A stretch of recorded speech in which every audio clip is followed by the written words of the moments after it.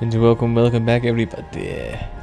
Sorry for not streaming the other day. That was mostly due to me just absolutely having no motivation to do it. It was nothing to do with anything going on in the world. I was just like, I don't know if it was tired or just having the Sunday blues. It was one of those two things, but as soon as that happened, I was like, no, not going. Done. So now I'm actually, let's play. But I did play a little bit of the game prior to streaming, so there was some progress made. Although really the only progress that was made is that I formed a new army and I'm recruiting currently for it. And I also got into war with two of the bestial factions. But I did figure out what was the issue with the beast factions up in the north.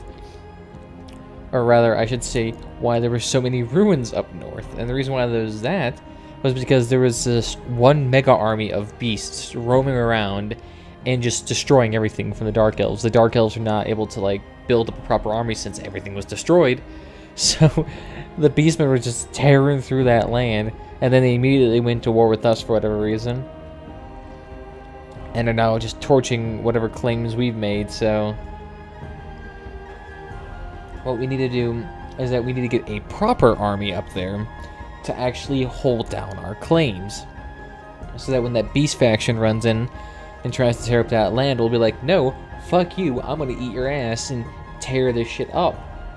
Also, there might be a couple issues with our save file because one of these mods updated it and it broke my save file on my laptop, which I play when I'm away from my desktop. So we'll see if this works. Also, sorry if the volume levels are all screwy. I am currently on my, or rather I should say I'm on my desktop, I mean, no surprise there. But I have a Ushanka on. If you don't know what a Ushanka is, Google search it.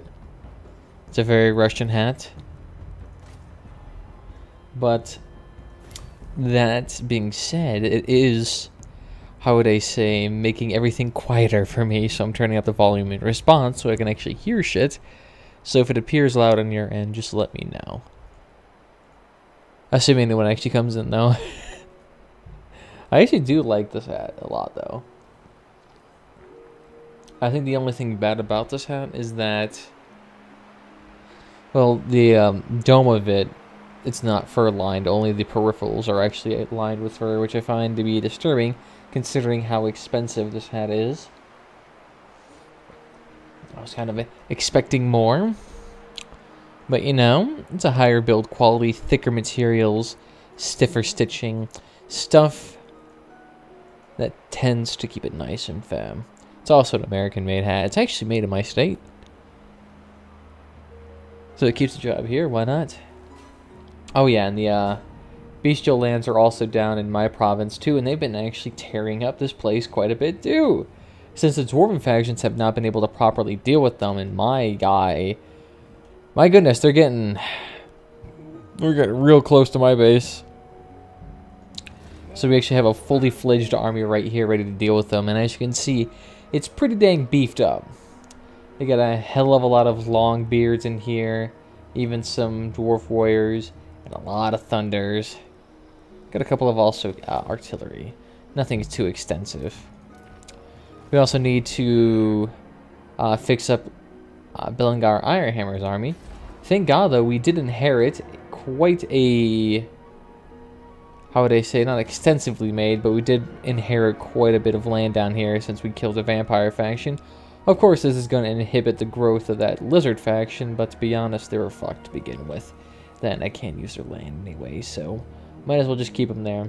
The vampire faction's fine. They're currently being culled by the Kazarek, whatever the faction that's called. Right now, what we need to do is, well, I'm actually not too keen, or rather, I should say, I don't mind the fact that this faction is being torn up right now, because if I can inherit these two pieces of land, I have a port to the sea. One actual continuous port to the sea. Well, right now, this is the closest thing touching water. It has no ports. This is a port. It's on a river, in fact. So that I could actually use to do outward trading to the rest of the world. And that would actually increase my profits an asinine amount. So I'm actually fiending to capture that as soon as I can. That's it. You're good. John Beard Longer. We're, how would I say? We're withdrawing him out of that shit area that he was in. We're going to bring him back, give him a full proper army, and then have him go out and start killing people. This one right here, he should actually be more than, I would say, adequately ready to kill things. Oh wait, no, that's right, we got a save file here. I'm pretty sure we can just continue on then, as is.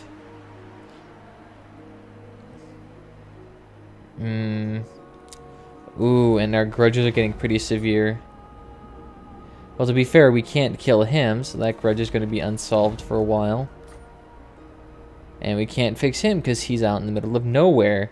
So those grudges are just going to get terrible for a long ass time. Nothing we can do against that. I can actually probably increase the volume of the in-game because I can't hear shit. I mean, that's to be expected when you're wearing an inch-thick hat. You're not going to be able to hear anything. I can barely even hear the YouTube video, to be honest.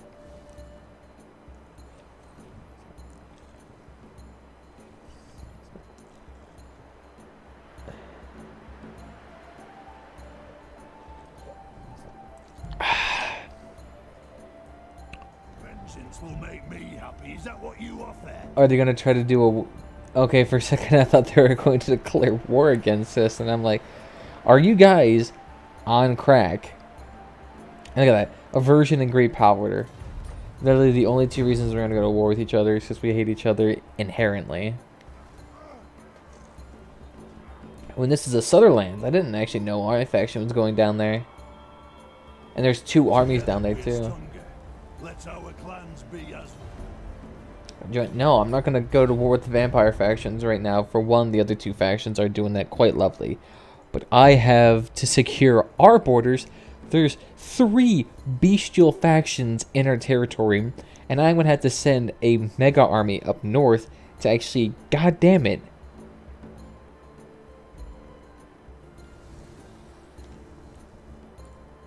Oh yeah, and they're going to take our properties down. Yeah, go ahead and do it. I'm not going to be able to stop you.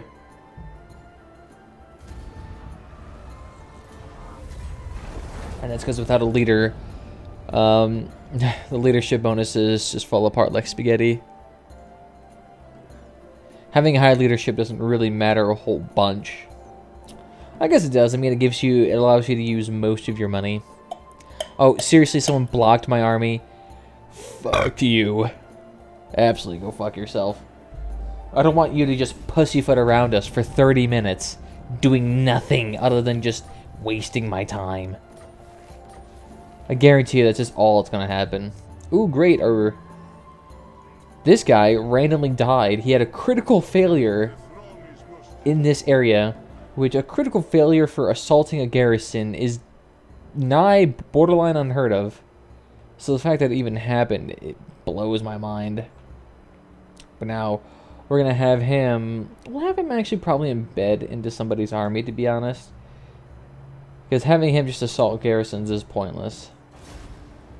I mean, feel free to kill him. $1,000. And you gotta be shitting me. Really?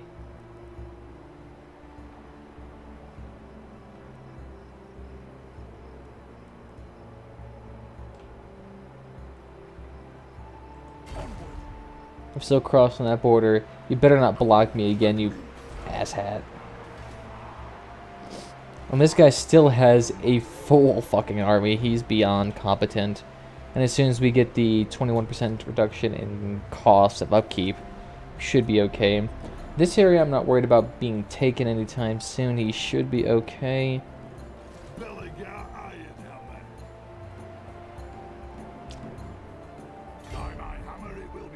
Alright, how much would it take you to get to here?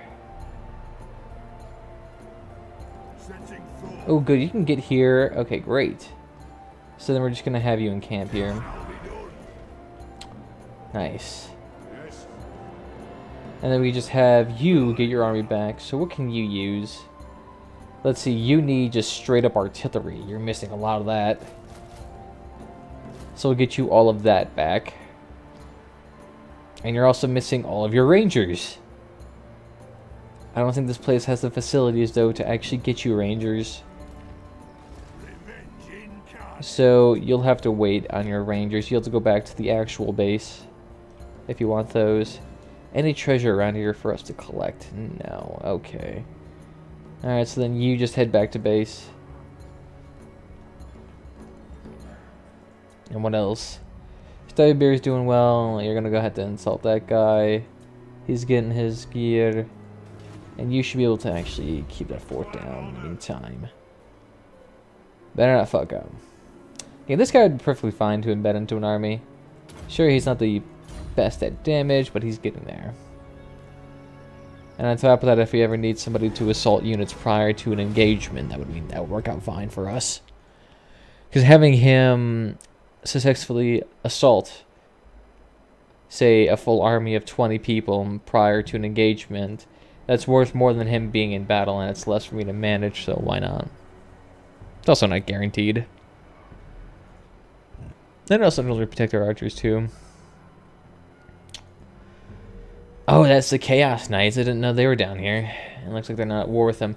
He's surrounded by 4 Kazarak Knights. And if it wasn't borderline impossible to get your factions to actually go to war with Chaos, it would actually be kind of easy to deal with them. 4 armies. Look at that shit. God. He's definitely going to be able to take the continent down. Not worried about him at all. Although growth of our economies are going to be a little bit screwy. Ooh. Oh goodness, what is this?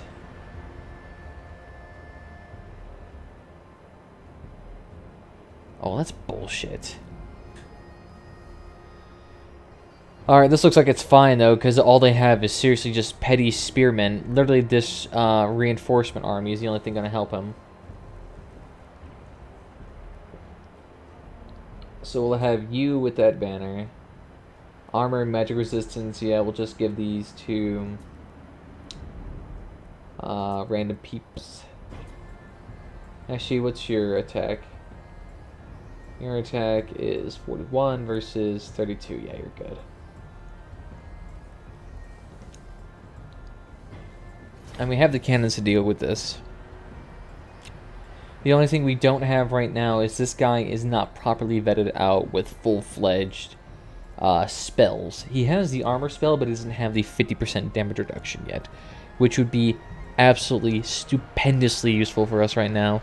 And it would also be more useful if you can actually see. Completely forgot about that. Hey, but we fix it though. Oh yeah, and this army also has an engineer.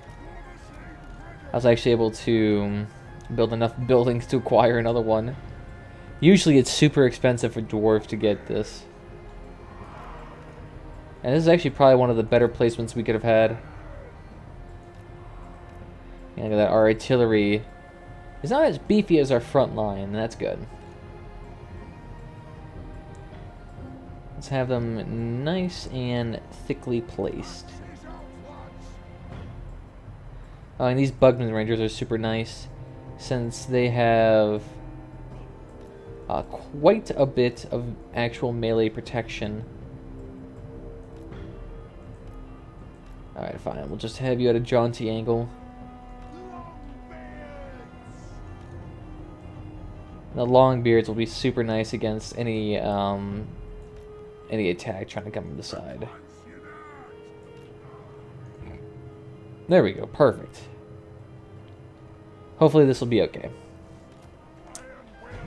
This one should be able to keep that nice and protected. What I'm just worried about is cavalry lines just suiciding onto the artillery line like they always do. They just throw their bodies against the wall and hopefully try to cause damage. It's the only thing they know how to do. And you know, we'll go ahead and actually put these guys at the jaunty ankle too, so they can fire upon them as soon as they get in.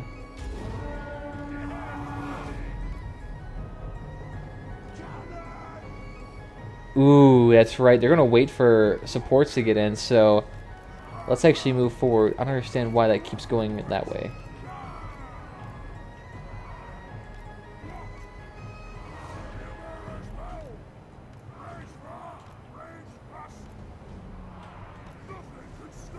There we go. So just do that. Why do I want to do that? Because I want these guys to actually fire upon them before your support gets in. So go ahead and just stop there. That's pretty good. He also has the Tormentor sword, and that's because I believe this guy already had. Ooh, no. Why do you have the Tormentor sword? I mean, that's fine. I guess it helps against the birds from suiciding them.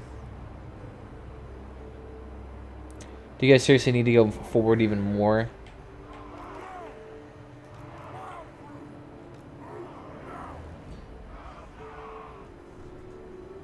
Alright, keep moving forward then. Because these guys are seriously not going to come after us. I just want to get the artillery in range.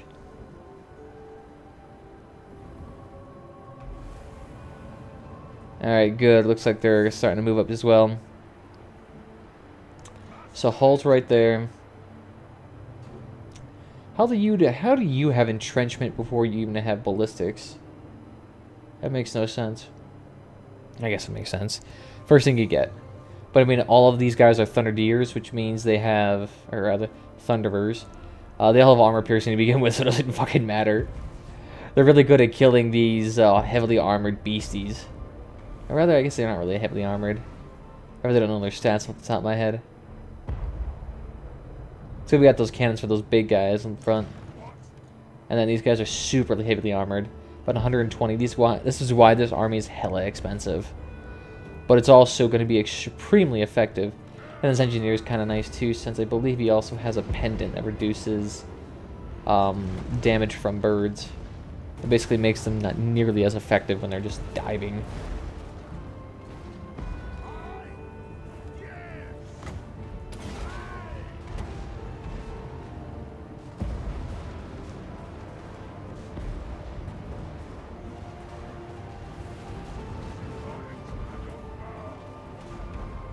Alright. Now that they're in. And they should be doing pretty damn well.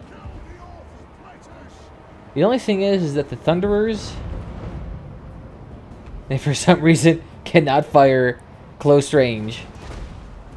At least not successfully.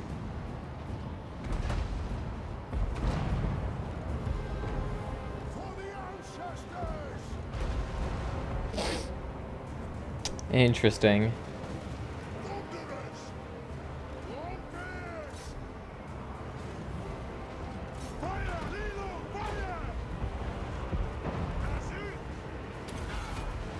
There we go. We're reduce their damage. Who the fuck? Why are the Longbeards instantly pulling out? And there's that damage reduction. The hell, did they have that much terror?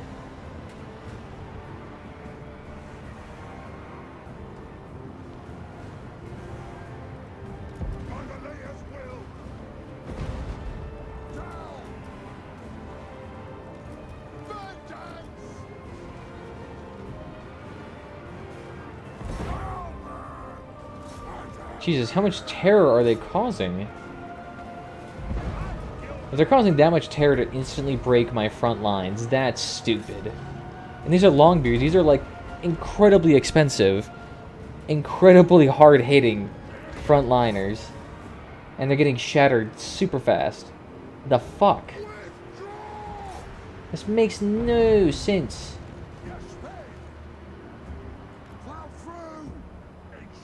Alright, y'all get back. Thank God, this guy, of course, fucking roused instantly now that he's getting targeted.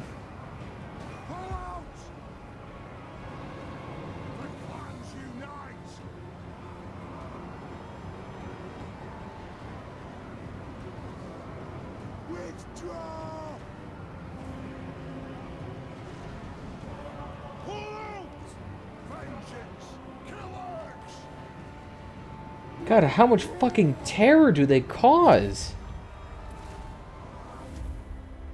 That's stupid. They basically instantly broke my front line. Out of all asinine things, how the fuck does that happen? Especially, I know they outnumbered us quite heavily, but even then, I should have been fine. Yeah, great, there goes that army. Because they'll just get attacked again, and whoop, there they go.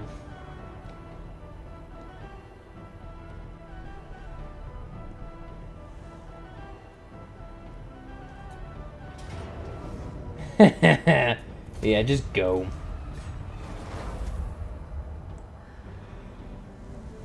Oh god, I didn't know they had 3 armies here. Fuck.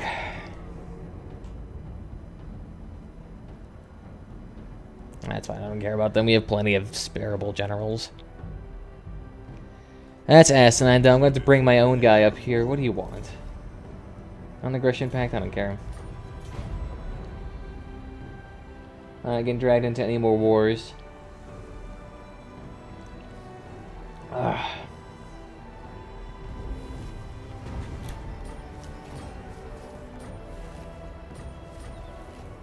And everyone's gonna be pissed because of grudges.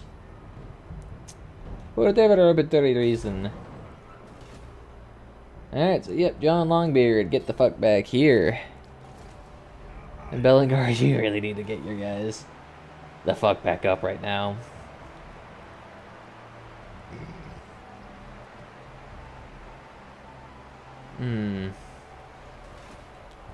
Is there any closer bases that have training resources for? No, we don't. So it looks like, I mean, we can either walk back to our base and then begin recruiting, or we can just simply recruit right now and call it good. So I'm thinking about is how long does it take to make this? 3 turns cost us 2.3 thousand. That's not. It's simply how many turns it will take to get it. 3. And then recruit for like 2 or 3 turns. Yeah, definitely need to recruit an army. For Christ.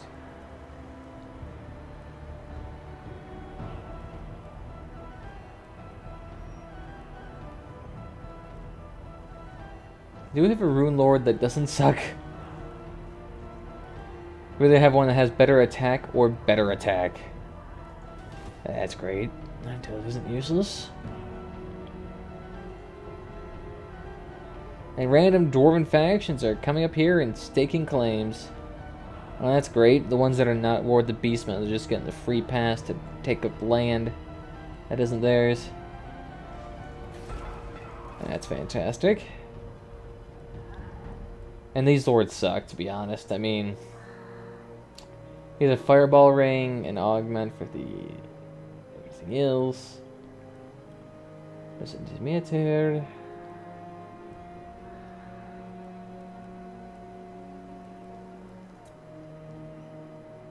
And he's probably invested into shit passives. But he's also free.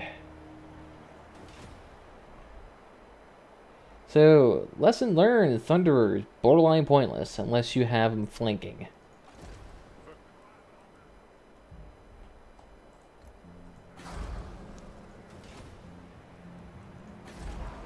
But the Beastmen are going to be repelled for a couple of turns, so we have the ability to just recruit a couple of guys right now. So,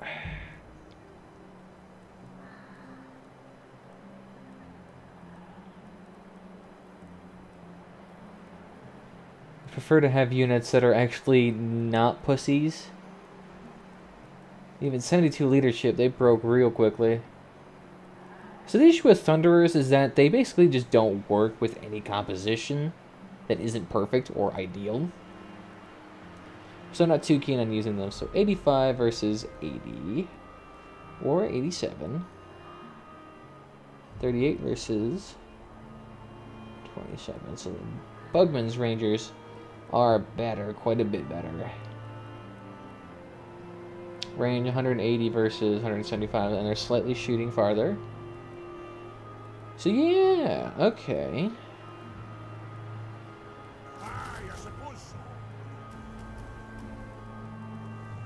And I'm just going to use an S load of grudge throwers. I mean, cannons are kind of good for being anti-large. The issue is they can't be used very well close range. Then I kind of want to try organ guns. So we'll go ahead and do that. Who get all this extra money would be nice too. For breweries and gem cutters.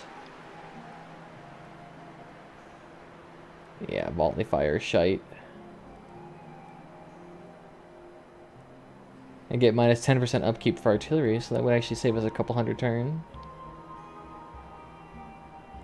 The assembly lines would actually be kind of nice too.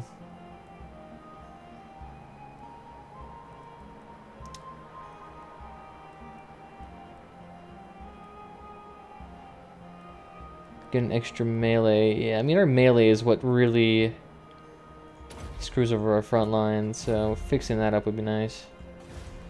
Yeah, no, sorry, we need that money for recruitment. Yeah, you're fine. Ready. And you're stuck down here for a long time, so let's just go ahead and put a ranger's station up here. One's here. Our ancestors would be proud. And we'll stick you in there. Reduce corruption, and on top of that, makes you cheaper. Which will at least offset the cost for providing new facilities down here. Oh yeah, next turn we're going to earn a fat stack of cash. Now that a bunch of buildings are being finished. Southern Grey Mountains, I mean, you're fine. Avert land. Oh, you guys are happy now, so you guys can actually start getting taxed.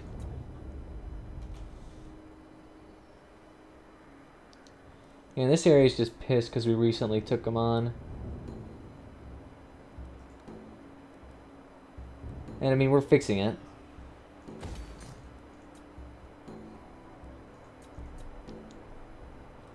And on top of that, they have a high amount of corruption too. Alright, so not looking good for us right now. There's currently an assload of bestial armies within our region, but they currently are distracted. So we have a time to actually build up proper defenses and not, I would say, testing armies. Armies that are experimental. We're not doing that anymore. It's clear that experimentation will not really yield any good results.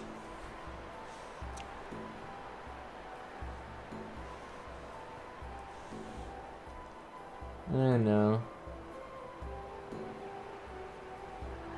Minus 15% for all buildings. I mean, that'd be good in new areas. For here, nah. But definitely if I have that army going up north to establish new colonies, that'd be super useful. Would definitely reduce a lot of the income.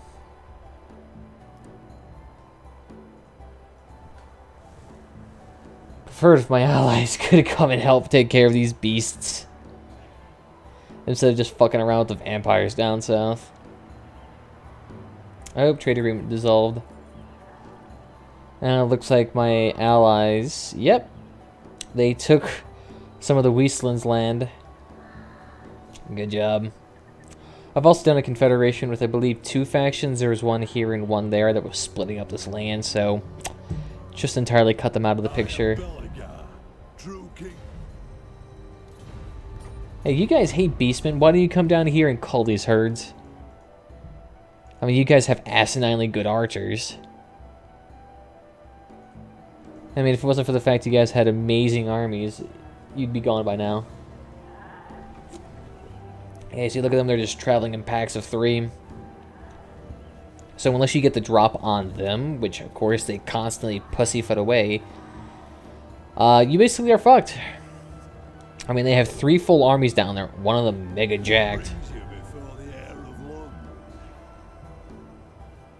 A defensive alliance. We don't even have any enemies, so it wouldn't even matter. But at the same time, at some point, that'll just fuck me over. Then I don't want my relations to be worsened with arbitrary factions.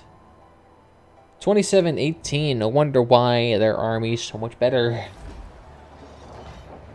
And it's increasing the corruption in my land. Thank God. So next turn you'll get some more. If only you had Drat Master. And Skaven Bright, you're still growing slow as shit.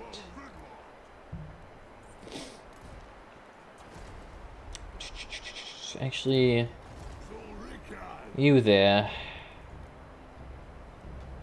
Let's say you can have 6 ranged units, but that'll severely strain your front line. And there's no way in hell I'm spending an asinine amount of money getting you Longbeards. So you're getting Dwarven Warriors. And then you'll have 4 extra ranged units. And that settlement gets built. And you'll come up north. Yeah, just try to set up here and get built. And you need to be cold. You need to be absolutely cold. Now that our experimental armies are dead, yeah, kind of got free range for a hot second. I almost feel like getting these guys, to be honest. These guys would be hilarious to have in an actual army. Oh, that's right. You need your engineer. This is a strategist. Ooh, that wouldn't be that bad. Yeah, I think it's strategist then.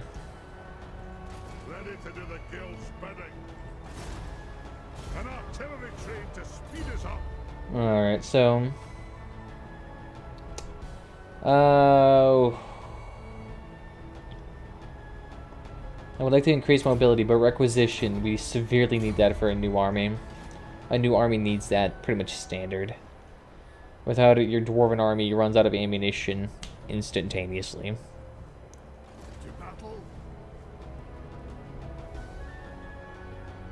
Alright, so you have 4 slots left. That gives you a pretty decently beefy front line. I guess we could also give them the Withar's Rangers, which actually would be really cheap for you guys. I mean, 140 upkeep. That's some pretty damn cheap units. And the good thing with these guys is that they basically act as a second front line. And their missile damage is super good at close range. Sure, why not? Let's try it. Haven't had them in a hot second. They're good for their initial burst. They really cull front lines pretty quickly. And these asinine units. Why are you only going to war with us? Let me take a look here for a hot second. Who else are you at war with?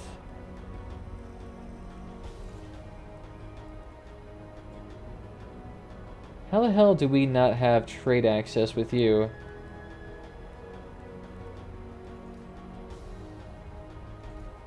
Yeah, so these are the ones currently in our lands, so they're at war with... Okay, yeah, they're at war with everybody.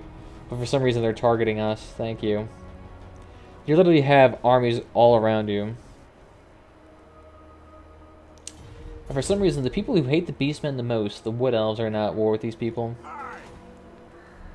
Alright, so we just have 3 grand for whatever. I mean, I guess we could increase our exotic egg production.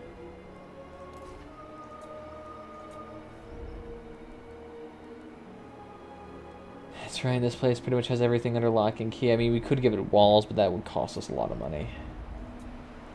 Yeah, let's just save this money then. Because we're probably going to end up spending an asinine amount of money in the next turn. Ooh, what time is it? Okay, good, it's only 2:30. Good to keep track of everything, although this probably won't hurt as much, considering I don't have too much to do this evening. So my time shouldn't be too screwed. Now, at least the vampires are being distracted, so they won't be killing us, per se. But, I mean, it also doesn't help the Kazarag faction's been pussyfooting around these vampires for a long-ass time. And instead of just going straight for the kill, they keep sacking the settlements and then leaving. Even though they have a clear, like, 3 to 4 advantage in armies, not in just unit counts, over these vampires. So, I mean, more than likely, they should have been able to take this area, but they don't. And for some reason, the AI just refuses to occupy these lands, so they just constantly smack each other back and forth. And the vampires always lose in the end. What do you want, a non-military alliance? Ah, funny. No. This might be beneficial to us in the end if these bestial factions eventually fuck off, or if we can destroy them entirely. Preferably, we destroy these factions, because honestly, besides them constantly cropping up out of nowhere, they just do not deserve to be here.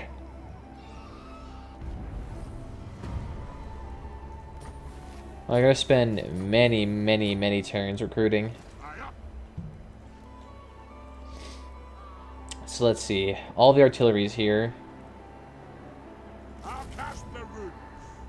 So that'll be the rest of your front line, and then we'll get you a bunch of the high-tier bugmans.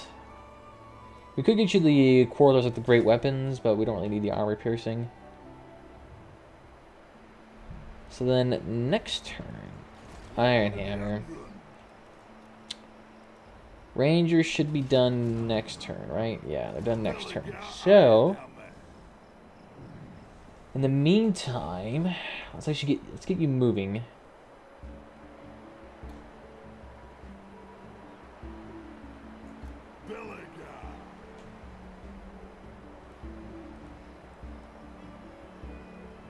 Look at this.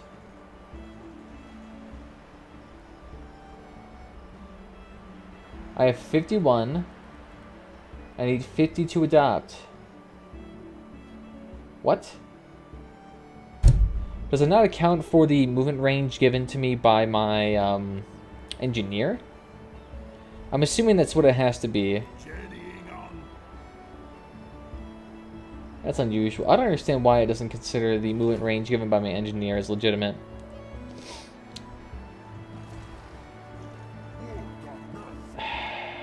Fucking hate your wogs. The strange beasts are basically just jacked up versions of orcs.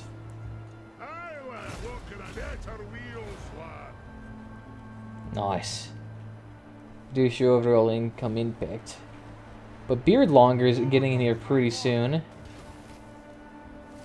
Wax sealed rations, nice. So he's getting in here pretty quickly. So, right now we currently don't have the amenities to actually give you your proper troops yet. So just take a knee. Just rest up in the home. We'll get your stuff. This guy still needs his recruiting amenities for a hot second. And you're not gonna get you're not getting a master engineer, sorry. You're simply not getting it. I'd love to get this tier 5 building.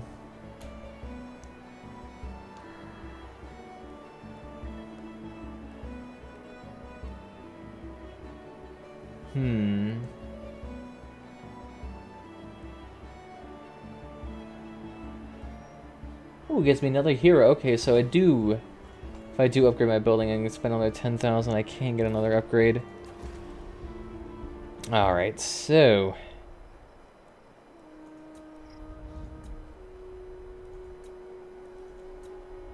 what area is in the most need? This area. I most certainly can give you another wall. But the walls are pointless considering you have no enemies around you. And you could probably use the upgrade since you have a lot of potential growth. It's also pretty expensive. I mean, you're Skaven Blight, so you won't give us anything regardless of what we do. Devil's Backbone. I'm tempted to wait here and just get an engineer's workshop when I can. Because then I can get another engineer for my third army. So let's just wait on that. I mean, next turn we can get it. I just wish the engineers building didn't cost us an arm and leg. Although I guess I do have a secured province, so I mean I can reduce the cost by like 10, couple thousand. Hopefully the bestial people don't kill us yet. Khazar Akakarat. At least they're reducing the spread of at least vampire corruption, so we'll call that a slight beneficial relationship. I mean, those fuckers doing nothing though. Considering they have like the easiest start out of anybody, they should have been beyond fine. Although, no, Clan Angrun does have the benefit of having extra, like, Rune Lord stains, everything like that. That stuff is legitimately hard to get, initially. So starting off with a free Rune Lord, a free Engineer, and 2 Thanes. Hell yeah. Ah, finally. The High Elves, or sorry, the Wood Elves. I don't understand why I always mix them up with High Elves. They're starting to actually go to war with these beast factions. So they'll start doing stuff soon enough.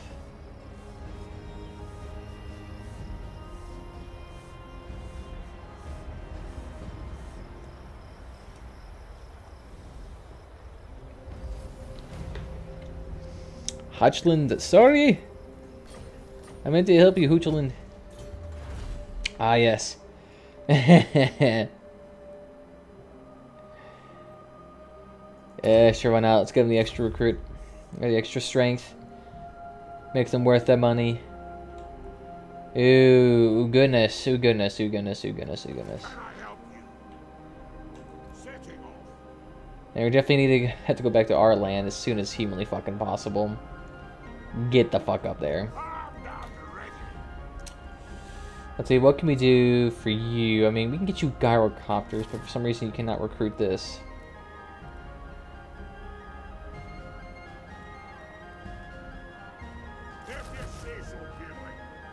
Ah, that's the kicker.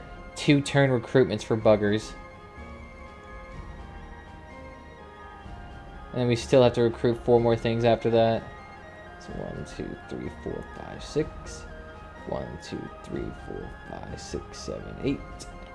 So I mean, we still have quite a few more positions open for Longbeards. And actually, you know what? Let's actually do it up. Let's get Longbeards with the Longbeards. So I want to get the 2-handed guys interspliced between the actual shielded variety.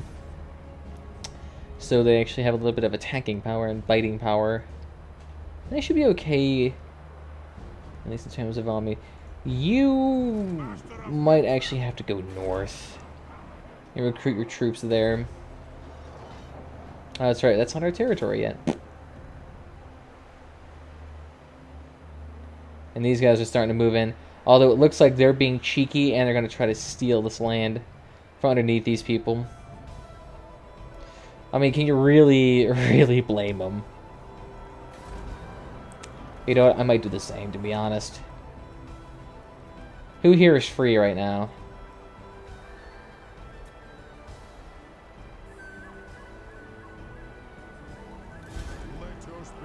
So what am I going to do with him? I am just simply going to have him try to keep this territory. Have him snatch it up. Because if we can get that... If we can get that territory, we have access to the sea, and then like 17 factions will trade with us next turn, and the amount of money we would earn. And as soon as we also do a confederation with these 2 factions as well, the majority of our territory will be able to lock up, or rather I should say like join together. We also have a lot of territory down here that's inaccessible, since this part of the coast does not exist. So we can't, like, have this access this.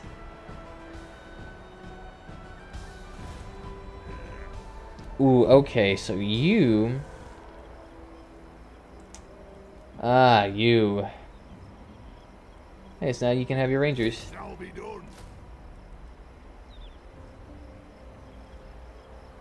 Beautiful. So next turn, you should have your Rangers, which are super cheap. And you'll have a front line that'll actually be able to keep your units safe. So he has 4 Rangers, 1 Iron Drink, an assload of front line with an assload of artillery. So you should be okay. Yeah, heading north yourself. These fucking hordes.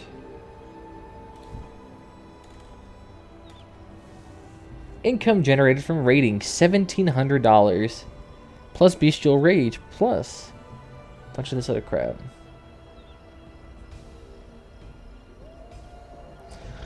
They probably have that 1,700 since they have both of those armies raiding at the same time. Alright, so now we have all of that money going. He'll be ready next turn. He's going. We'll have you climb across that wall next turn. You're already getting your units. I am tempted. I am so tempted to get this guy or bomber for him. These things are so good. They're so fun to use as well.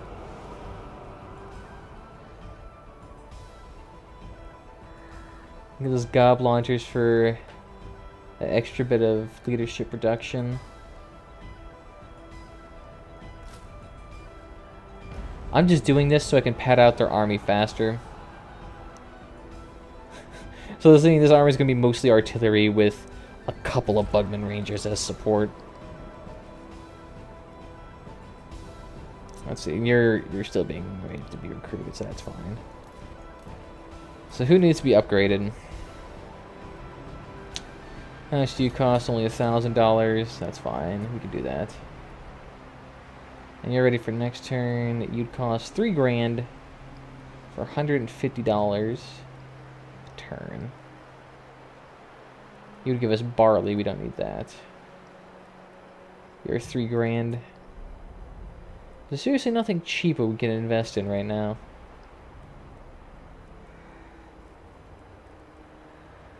I don't think there is. I mean, we could invest in this place. Which we are, because you guys are making me an assload of money. Ooh. I mean, I suppose we could invest in this area. Now that all your corruptible influences are gone. And you're pretty cheap, too. Since you're actually in a native area for dwarves.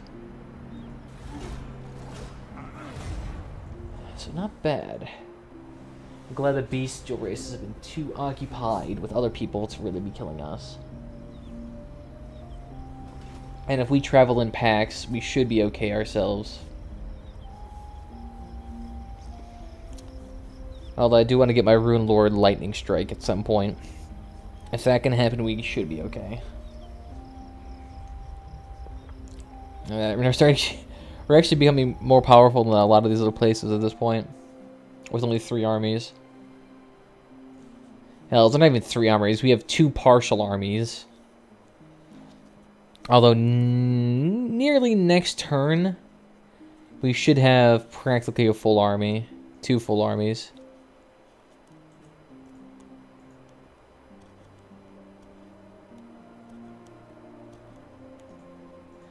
This guy's actually kind of squishing my head. Why are you hating on the Dawi? You think I'm hating? This is like the only faction I play. I just know that everyone else fucking hates them. They're like, oh wow, the Dawi doing well in battle. Wow, I've never heard of that before. Wow, they're always killing everybody. But it's actually not the case in this faction, or in this campaign. Although I guess we are the main factions. The Beastmen in this one are doing absolutely smashingly well. I mean, the Beastmen have nearly obliterated half the map. I mean, they've killed the entire Dark Elf faction. Or rather, I should say race. Hardly any of the Dark Elves live anymore. They're doing so well. I mean, let's give you an idea of how everything's going. So, over here, this is the typical Dark Elf territory. They usually have this area down to here. This is the current situation with the Dark Elves. They have nothing. There's like one remaining faction of the Dark Elves, and they're not going to be able to do anything for many, many, many turns. And we currently have about 3 to 4 bestial armies right here.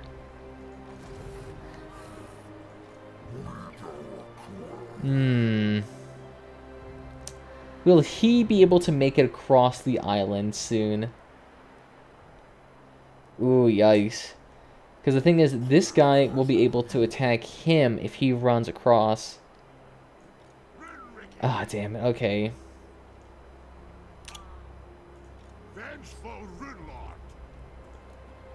And this area will be free for him to use in 2 more turns.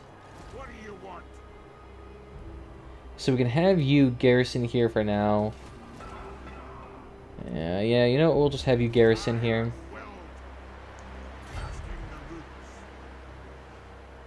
There we go. You garrison here, try to recover your troops. They've been absolutely just decimated for turns. Onward. Ooh. We'll have to make you just wait here for now. In fact, keep an ambush. Everybody does say the Dawi. General consensus among streamers. I love the Dawi though. Same here. I love the aesthetic with them, and it's the first time I've seen the Dawi with like unique traits.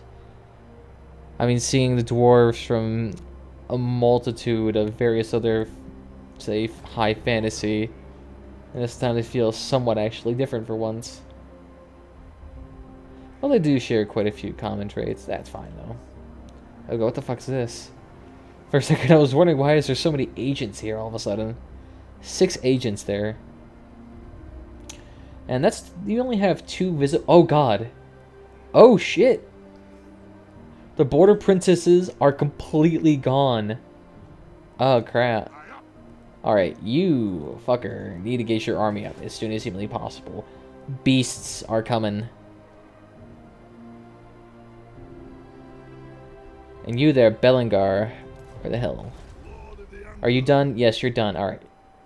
You're moving. We need you up north as fast as humanly possible.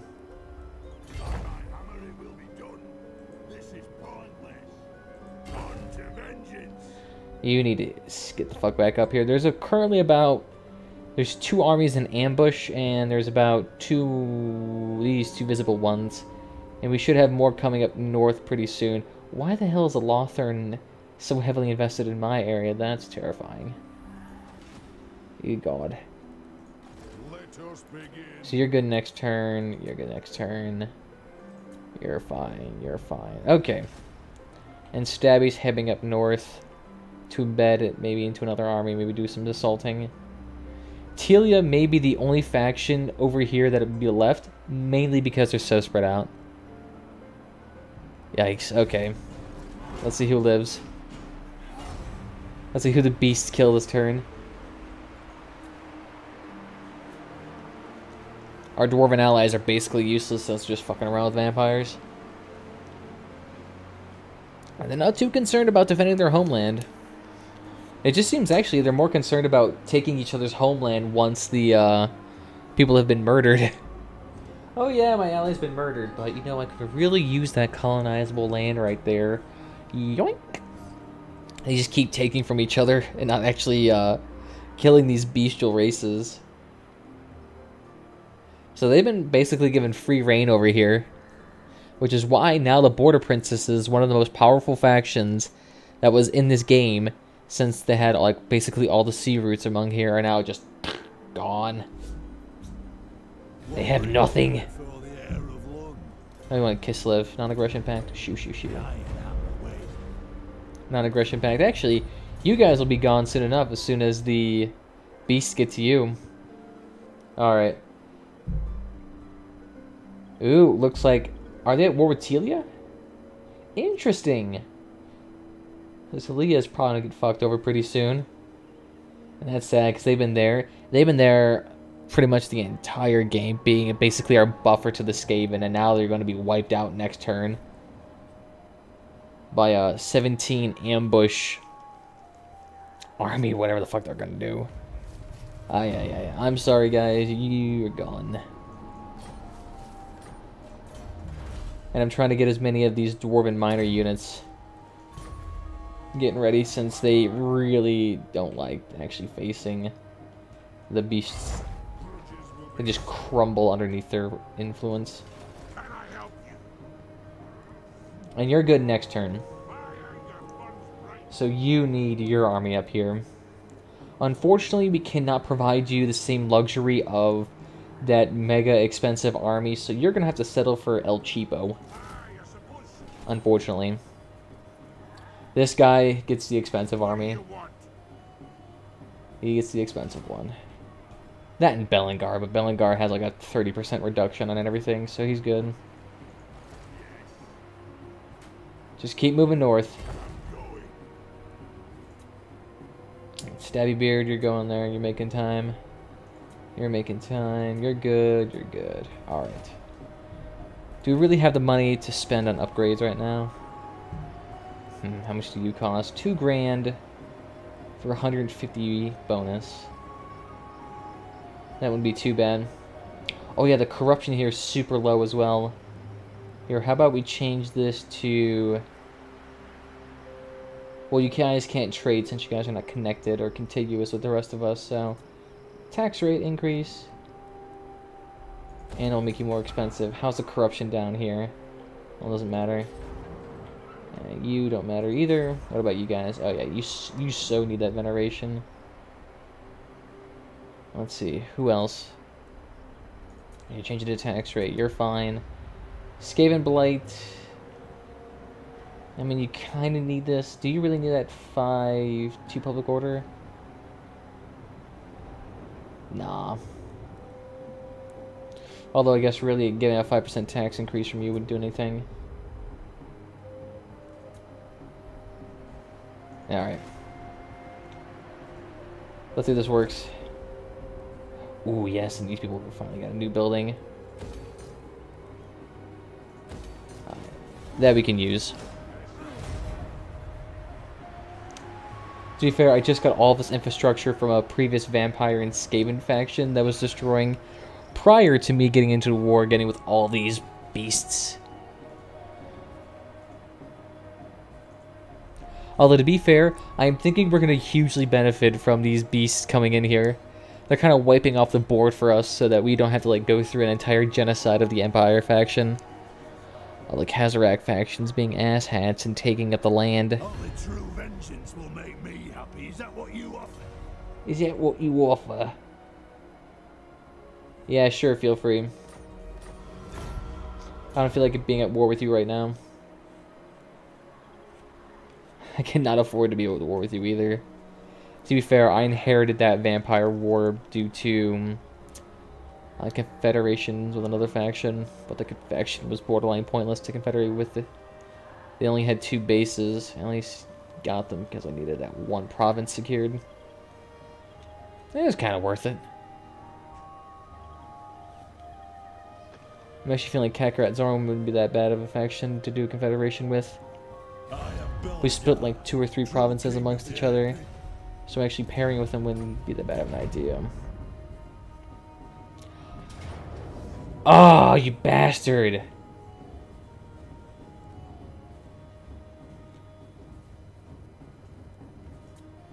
Can we retreat? Yeah, let's retreat.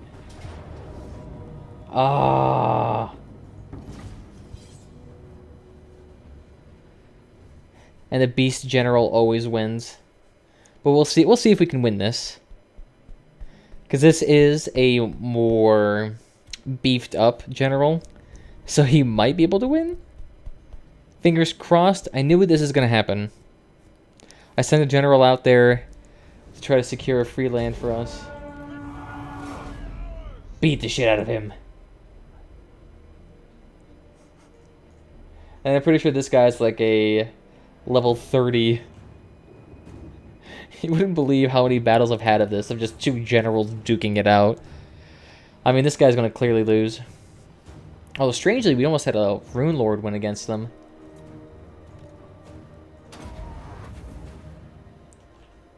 Win!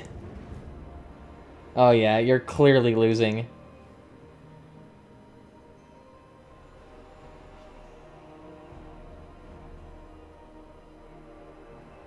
To be fair, the Dawi are not really known for their generals. They're just hopping at each other, too.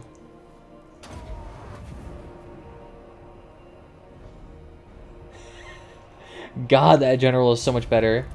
Close defeat. If only our general didn't die next turn. Wah, wah, wah. Ooh, shit. Who the fuck's calling me? Is this really necessary? Oh, no, it's not a call. It's a text. What's going on here?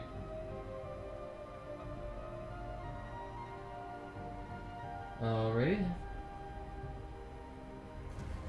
Sounds good.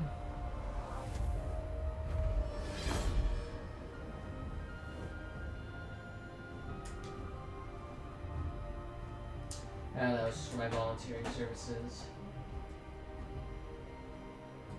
You assign a new patient. Lovely. Alright. Close defeat. Bye-bye, General. You were good to have for half a turn. I guess that at least reduces our wages down by like 700 coins. Yep. Oh, he's getting real close. Where, oh where did the other armies go, though? Oh, is that seriously the remnants of that army? Oh, no, it's the remnants of an army. Okay. Interesting. The level 26 guy should be around here somewhere. I'm not sure where he went. He must be going off into the sea somewhere. Billy, how are you now, man? Thanks for the no.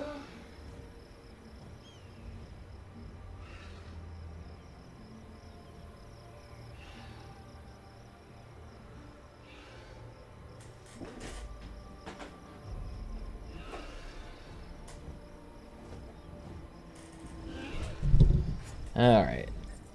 Alright, so that general is completely gone. And, the Shrieking Blade actually wouldn't be that bad to have on a general. Although, to be fair, you can't really root beasts, they just get enraged.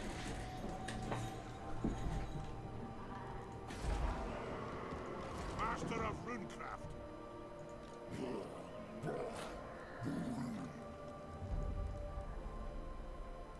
I suppose.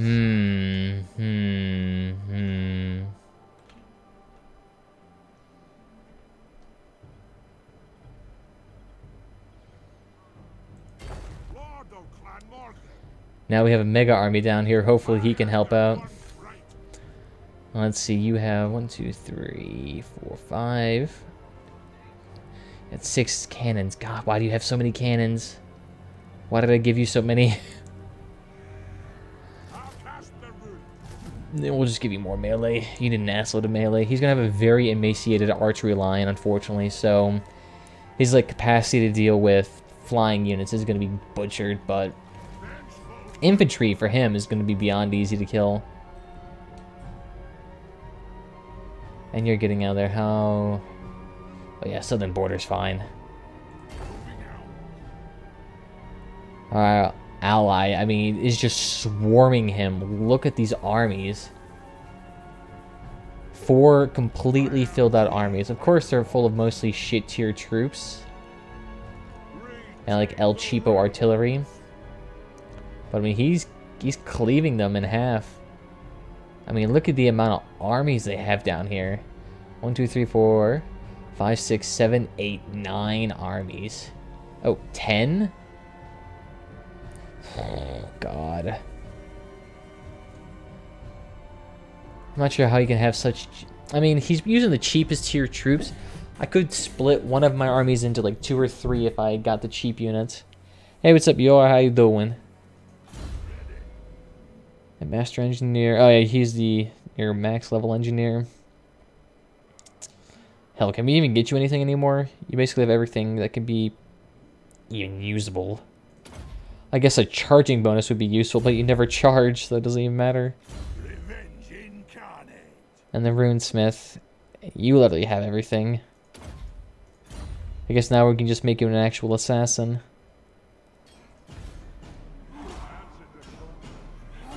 Well, maybe we should outfit that Rune Lord with some proper gear.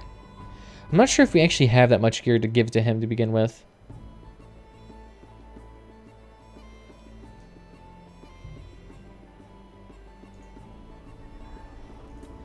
Reeklin, you can just go away.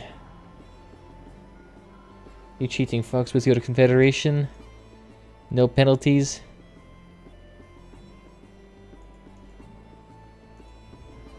There we go. At least we have a semi-decent relationship with the Reeklings. I know our allies were actually fighting with them for the longest time. Kind of actually made it difficult. What the fuck? Why the scaling down here? I just noticed that. How the hell did the Norska faction even get down here without getting killed? How the hell did you not die?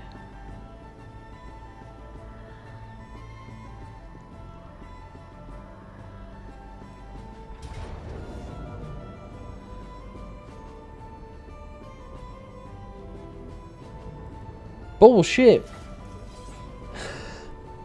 I thought you had to run into an ambush. You can't just be sitting still and then be ambushed. I don't get that. That irritates me. Ambush from a standing still point of view. At least we can only get attacked from one side.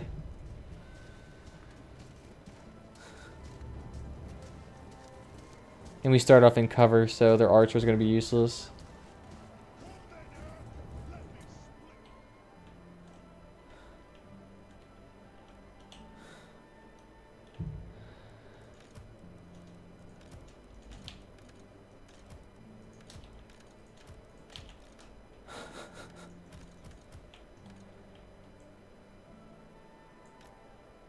Let's see.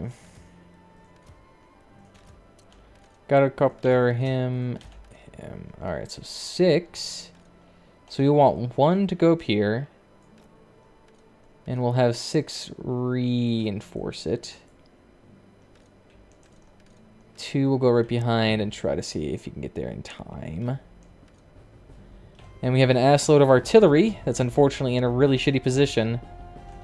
Oh, this is just lovely getting ambushed from a standstill. Especially when, for some reason, instead of going subterranean, we went into a bestial forest. Well, that somewhat makes sense. At least we have one thing they don't, a helicopter. So this actually might help us out. So I'm thinking is we can just have this guy sit here and just drop an assload of bombs on them.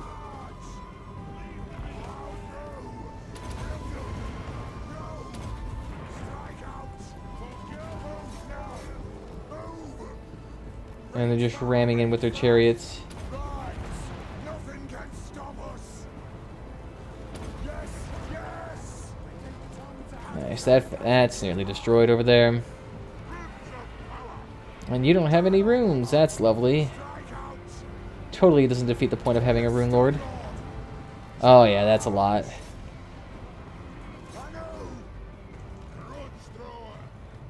If the artillery can make it into the back line, that's all we need. If only the positioning for artillery made any sense.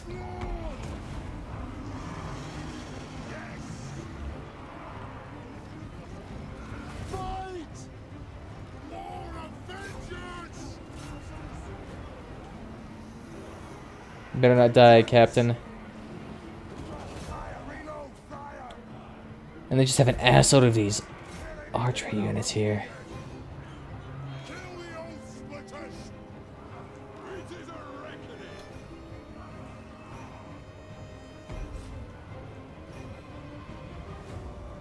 And there's really no good place we can put these artillery either. How does it work attacking their general right now? Is that working out? Great, they're diving our engineer for some reason. He's not really a crucial NPC to kill, so I'm not sure why they're diving him. They're just kind of wasting time, I suppose. Oh, gyrocopter. You better not fucking die on us.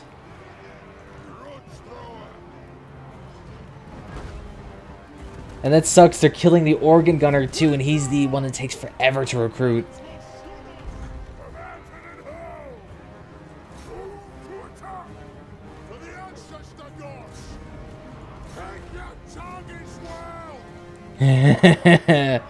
Come on, take him out, you pieces of shit. These need to die. And this should be easy for you. Your quarrelers, basically. Souped up mega quarrelers. I keep that armor-piercing missile going. The only thing good, though, is that this positioning is somewhat decent for us to do instant breaks. Because as soon as their army quits, they run away entirely. So who's not attacking? You're not attacking anything. Scratch that. You're attacking. You're not attacking. Go ahead and attack them then. You go attack them. And good, they killed them. So, who else could they kill in the meantime? They're hard to kill in a melee sense since they're all pretty jacked. Ooh, and this one chariot unit they have here is fucking us up.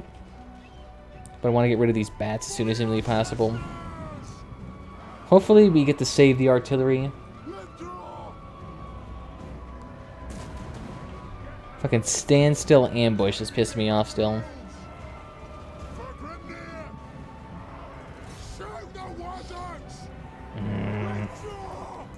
And engineers running away too. Lovely.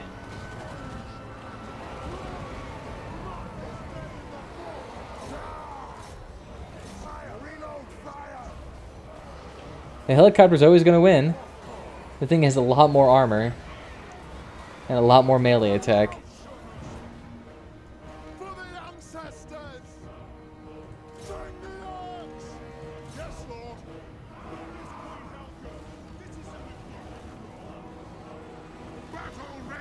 Somehow the Rune Lord isn't dead yet.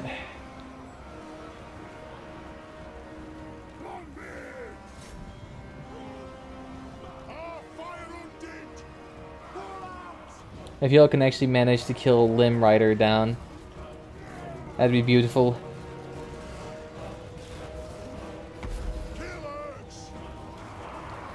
And look at that, he's just giving himself a leadership bonus because he knows he's about to lose.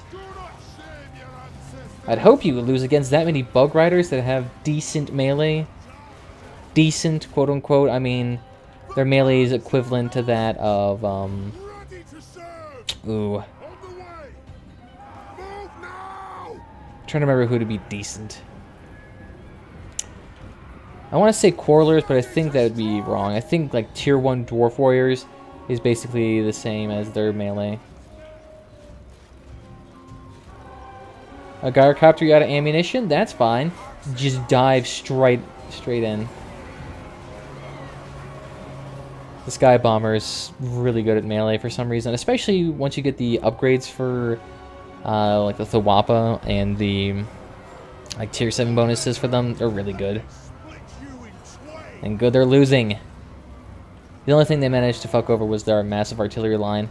I think I may just get rid of artillery entirely and just go with one Sky Bomber to get rid of their artillery, and then just have a bunch of Quarrelers. Because that seems to be what the campaign favors heavily.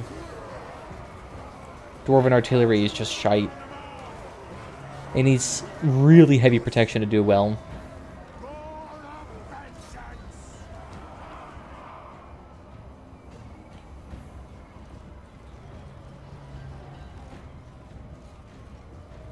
Let's go ahead and have you guys move forward. What I do like about these guys is that they're also really fast. Hopefully our Master Engineer didn't die. I believe he's okay. I'm surprised this Rune Lord has done so well melee combat-wise.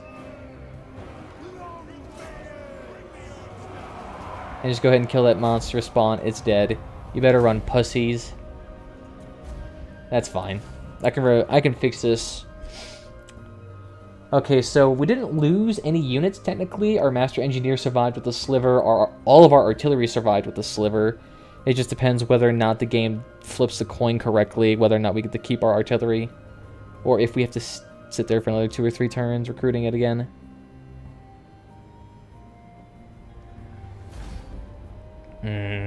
No. Give me that melee defense. That melee defense for everybody. So that's one army gone.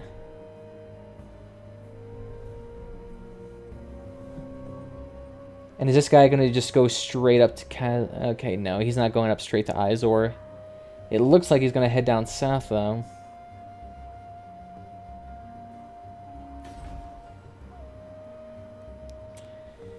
Nice, we actually are getting some wins back against these assholes.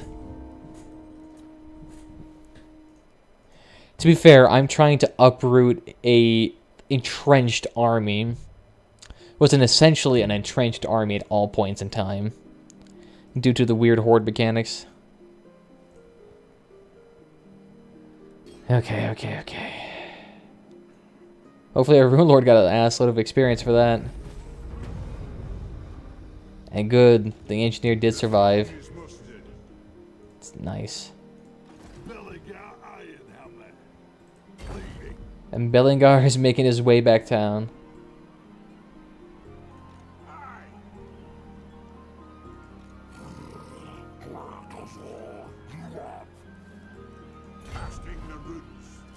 And no. Yeah, let's see, look at that. They always run away. You ain't staying here any longer.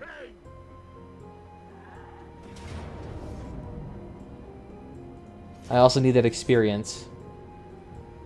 I might just have to make my Master Engineer do an automatic retreat. Actually, wait, does he have any more flying units? No, he doesn't have any flying units.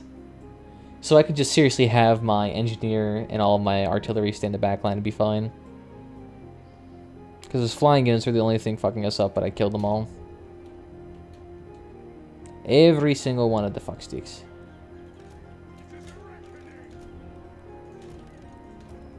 And all of our artillery stayed alive too. Nice. So then, get him up, get him. Alright.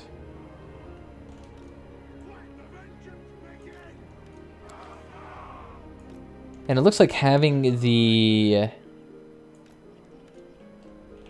I'm not going to say entrenched army, but having the embedded... Longbeard great weapons actually seems to be helping out, keeping this line nice and steady. I guess like if it spreads, or rather I should say, like gives them an extra confidence bonus, makes them fight a little bit better, I think. I'm not sure why, but the tactic works, so we'll keep going at it. Let's kind of have our Gyro Bomber here scout out the land for us, so our artillery has something to shoot at. Speed this up so we're not here for ages. Apparently this battle's going to last indefinitely. That's great. I thought I let it last 60 minutes.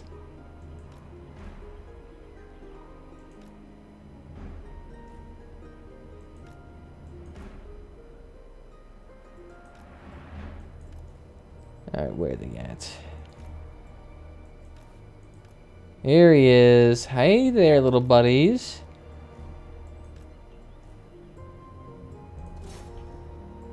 Look at that, they're not coming down. Oh,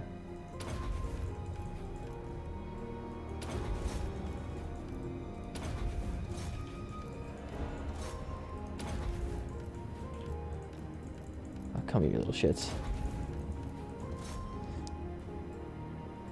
So they're just gonna sit here and get attacked by the Gyro Bomber. I love it. He'll eventually win.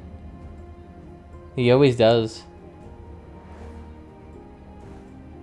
And they have no way to deal with our air right now. Oh. This makes me want to get a Gyro Bomber army so bad. Have 19 Gyro Bombers with a Rune Lord supporting him. And now they're just having the artillery bash their living shit out of them.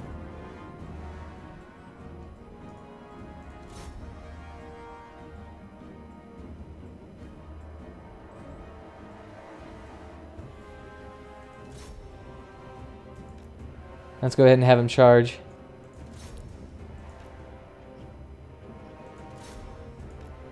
Because the thing is, this Gyro Bomber is kind of like a skirmisher. He can fire while on the move. And how's the general doing, charging them? He's just getting shot at by the organ guns. I love it.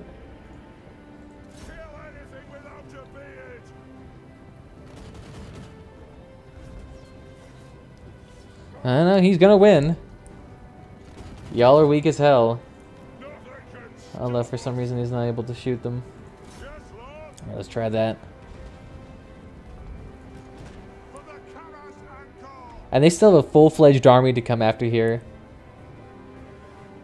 Oh, that's hilarious. And they don't even see all of our rangers and shit that's hidden.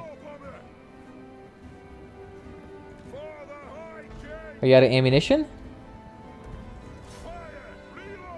You still have enough for one more volley.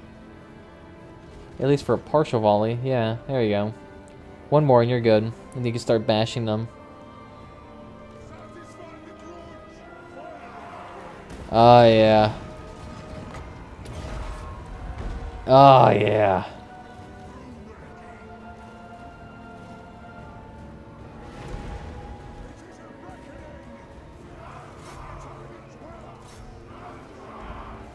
Y'all need to kill him. Do not let that bastard live.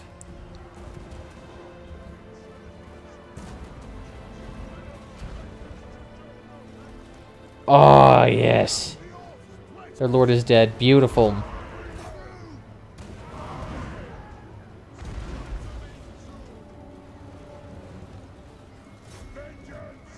How's the Gyro Bomber doing? You're doing okay, right? Okay, you're out of ammunition. Just go ahead and dive them then. They have no way of stopping you.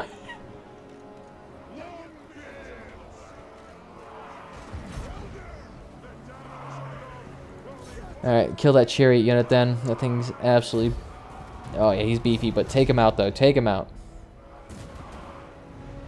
It's one... What the fuck?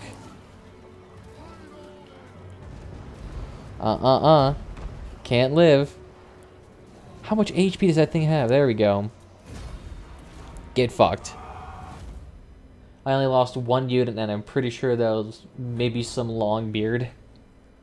Look at that though. The Gyro Bomber, if properly bombed, does do a shitload of damage, especially against all these low armor targets. Nice. Beautiful. So that's dealing with him. He should be permanently gone now. And of course we're chopping off. How are you still living? You have like a fraction of an army. I mean, you seriously have to have like a fraction of an army.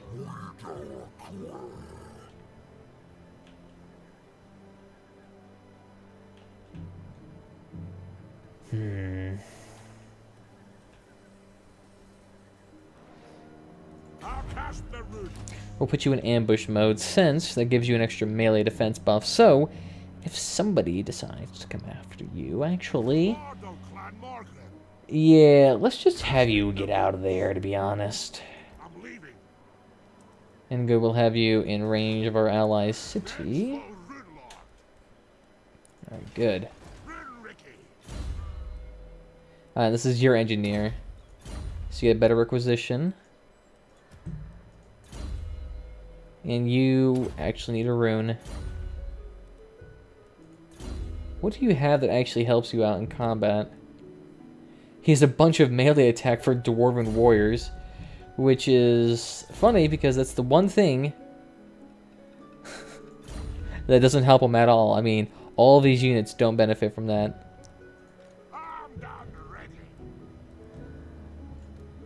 Alright, so let's see. You got 1, 2, 3, 4, 1, 2, 3, 4, 5, so 9 versus there's 6.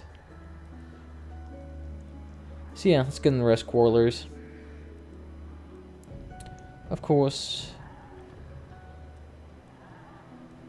Better damage. Or shielded.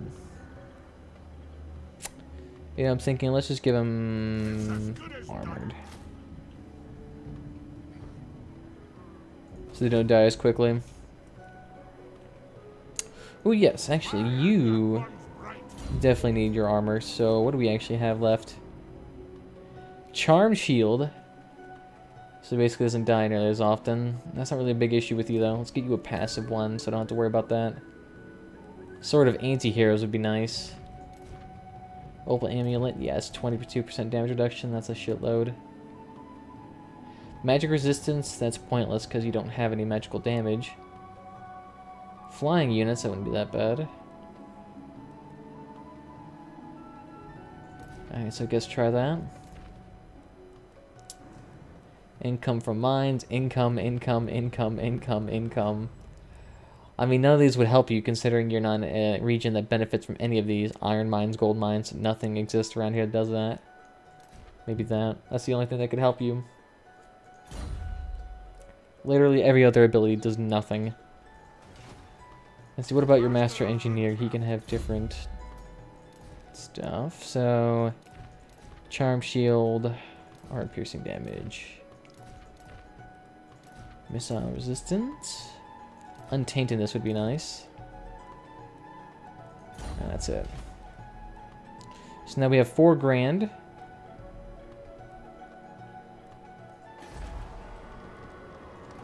Maybe let's give him another Lord. Let's try this again where we just throw our guy to the wall and hope that he gets that base in time. Hey, what's up, Easton? How you doing? Welcome back. So I expect he's just going to run off into this sewage and try to win. But this still makes no sense to me. There's no leader in this army. How is this thing still here? Is that a horde? Horde mechanics can work? They can just lead without anyone leading? It's kind of bullshit. And it also gives them a huge advantage because that means they just save an extra bunch of units since they never die. You have to physically kill every single person in order for you to wipe out their army.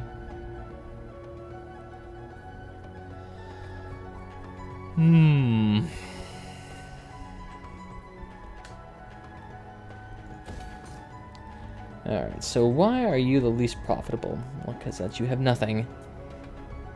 What about you? Can we do anything for you?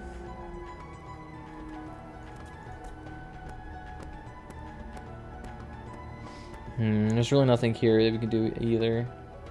We can wait for the Engineers Club, but that's about it. Yeah, you guys pretty much have all your money on lock and key. Guess we can just jack that up again. Oh wait, shit. Did we move Belengar? I believe we moved Belengar. I mean, he's still moving north, so it doesn't matter.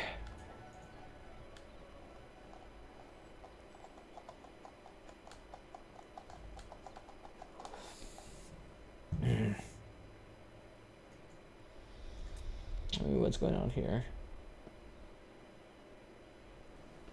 Yeah, man, I doubt the vampires could actually do anything at this point. When they have 4 dwarven armies just roaming around wreaking havoc, although not really attacking capitals, yeah, they're basically going to be the unstoppable force. I mean, look at that. They basically have the entire southern province to themselves at this point.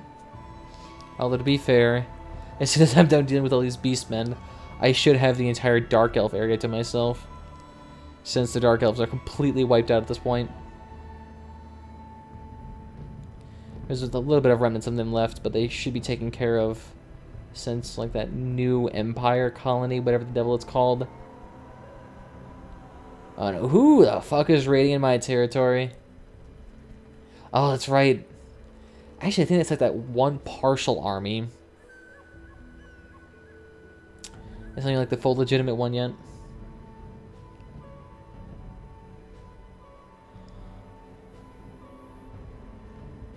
Okay. Hopefully he doesn't actually take the land. Although he's not really in an area that would help him out a whole bunch. Ew, God, minus $400 per turn. Holy shit. For the wisdom of Valea. Red Lord.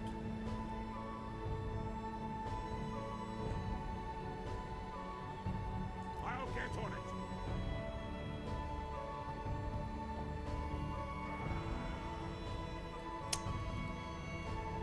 Can I help you?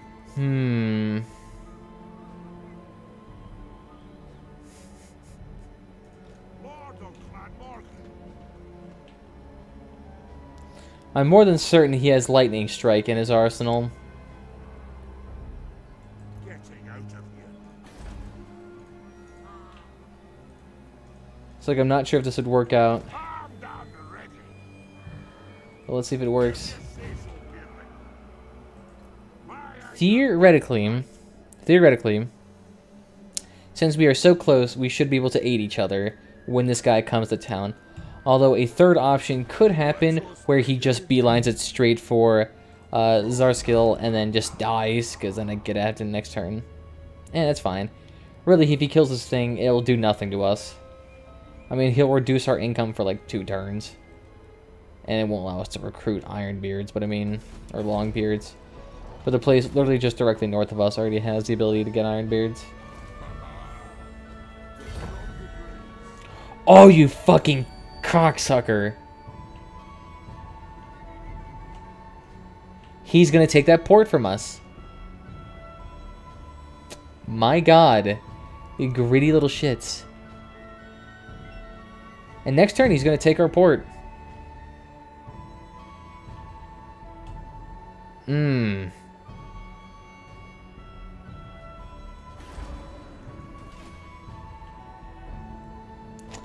That irritates the living shit out of me. I can try it. I can try it. God, next turn though, we're gonna run out of money.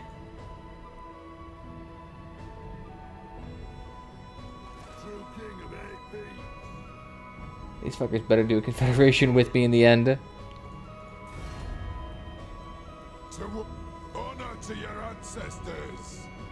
Oh, you guys should still be doing a confederation with us since you've been kind of screwing us over. Let's hear what you have to say. We'll hear it before off gold. And we earn over $500 per turn because of that trade. I'll take that at least. It's one thing we can have going for us. Any other trade factions or something we can do? Not really, because everyone else is dead. Hopefully Talia dies next turn and I can get at least that port to myself.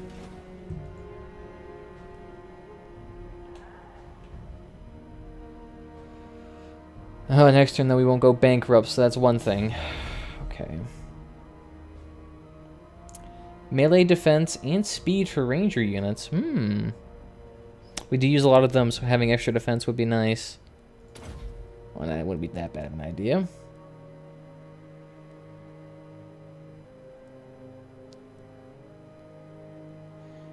And this would increase our lords.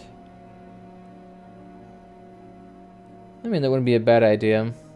That would mostly benefit our Belengar Ironhammer army, since he has an asinine amount of lords embedded into his army.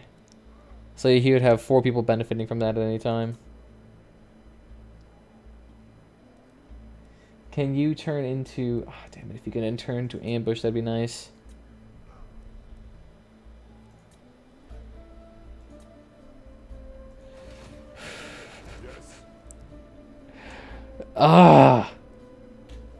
The fact they came and basically straight beelined it to that little port that we were going to take.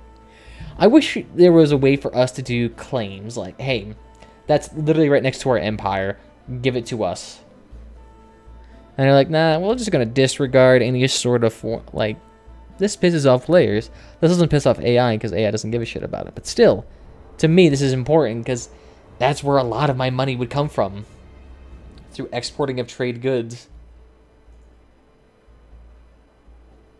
Although, to be fair, I don't really produce that much goods to actually export to other colonies, since for some reason in every overhaul mod, they make trading extremely unlucrative. Maybe it's to, like, nerf port cities, mostly. I'm thinking that's their idea. But in reality, if you had a port... Who the fuck is this? Oh, yeah. Warhead of the Crowfather. That faction's gone, then. To be fair, that faction was raiding in Allied territory for absolute ages, so I'm surprised they didn't get war declared on them earlier. It looks like I'm just going to straight up... Whoops! You bastards! Every time!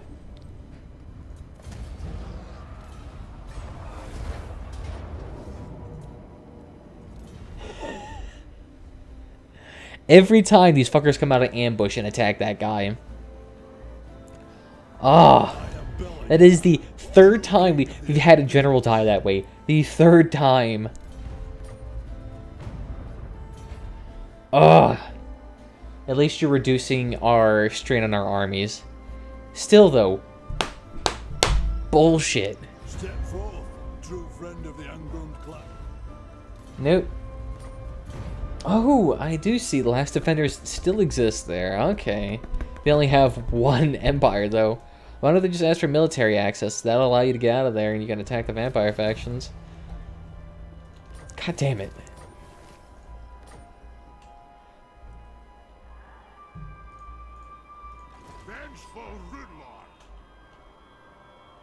I guess in a way that did help us. But you need to sit there and heal up. John. Holy shit. That is some army. Fuck.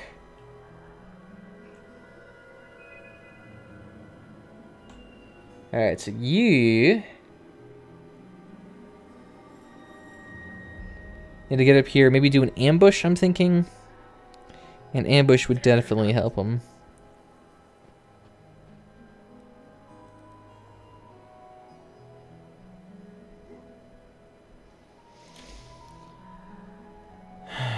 God. Are they finally coming up north, or is my allies just fucking around again? It looks like they might be going after... Alright, good. They are at war with them, so they should theoretically be going after these guys right now. Please do that. I want my port back. He's getting his stuff up. Ooh, yeah, and this guy has... I mean, you have a borderline useless talisman. Can we give you something else better? Unbreakable, that would be good. Yeah, I guess that would be better. That's better, at least. And what do you need? I mean, I could try to kill him. No, I can't.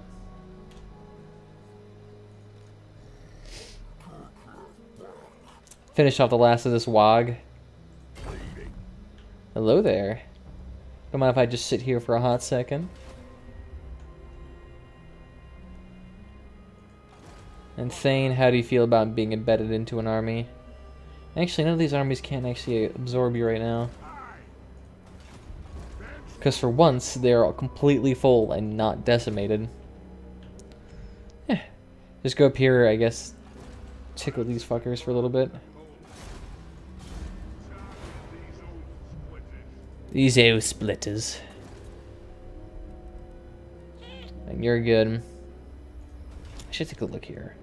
What is our current capacity for Thanes? 2, 1, 2. Okay, so we have to make new buildings if you want any more generals or assistants. But I mean, they're just so useful for these guys. They're actually a lot better than what lizards and like the high elf factions have, because pretty much their lords are borderline pointless, especially if you have like Techless. If you have Techless, having a mage in your army is no reason. At that point, it's better just to have them to steal technology and to have them increase profits in certain areas. They're like extremely lucrative. Anywhere else though, pointless. But with Dawi, I mean, their master engineers are pretty much borderline crucial for any campaign army, especially to have all that extra ammunition. Oh yeah! Look at that. Just crushed. There's no way in hell this should actually live through that. Ooh, Helm of Discord. Beautiful. That's actually a really good item to have for a Rune Lord. Have Helm of Discord with that armor buff and that damage resistance, and your front line will win. There is absolutely no doubt your army can lose in that scenario. They basically are impossible to kill. I mean, the other army would have borderline no resistance and no melee attack, while your army has close to 100% damage resistance and would not take any damage for a good solid 20-30 seconds. Kind of overpowered. Really good, though, for when you're facing wave after wave after wave of just campaign armies. Especially when you're dealing with beast factions. Wrath of Nature, oh god. No, they foiled my ambush. They didn't even know we're here. Look, these fuckers are gonna take my territory. Ugh. Why didn't you guys actually go after the real threats here? Like, he's strictly beelining it for that point.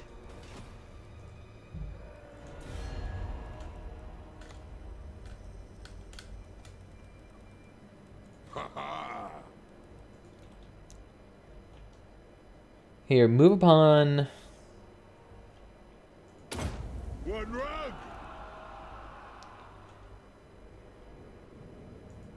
You have a larger army. One rug. And how about you have your armies hit there too? It is time. We get some cool war ordinations here. Anad. You might as well attack him. Oh, that's right, you don't have... Who are you at? Oh, you're at war with... I don't think they're even on our map right now. Yeah, you're good then. Who else do we need? I think that's it, actually. At your service. Orion. Yeah, I was gonna say, they're really more at war with bestial factions in the farther north. There's not really much in our area. Why is there a random tree army all the way over here? That makes no sense.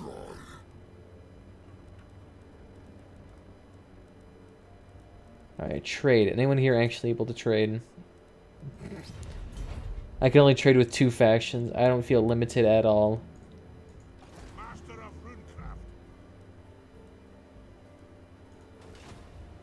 runecraft. Iron weld. Yeah, let's go ahead and do a traditional trout here. If we try to do the actual tunneling and get there really quickly, what they'll do is they'll just simply, turn around and beeline it back to us, even though their armies are crap. They'll still do that. I'll cast the roots. Might as well save ourselves some money, give them extra replenishment. Ooh, and that's right, someone who needs that Helm of Discord. Anger burns bright. Let's see, what's your armor like? I mean, you have some pretty damn good armor. We'll get you that. You can take that then. And I'm pretty sure we stole a banner, right? Nope, we didn't. So you still can't use that, never mind. Lord of the Ungrund. Oh yeah, and you finally actually did get some exercise. Holy shit, they're still alive. What the fuck? Although I believe you have lightning strike. Yeah, good. We'll pick them off one by one then. Have no casualties. I stand defiant. Good, and this should be the last of him.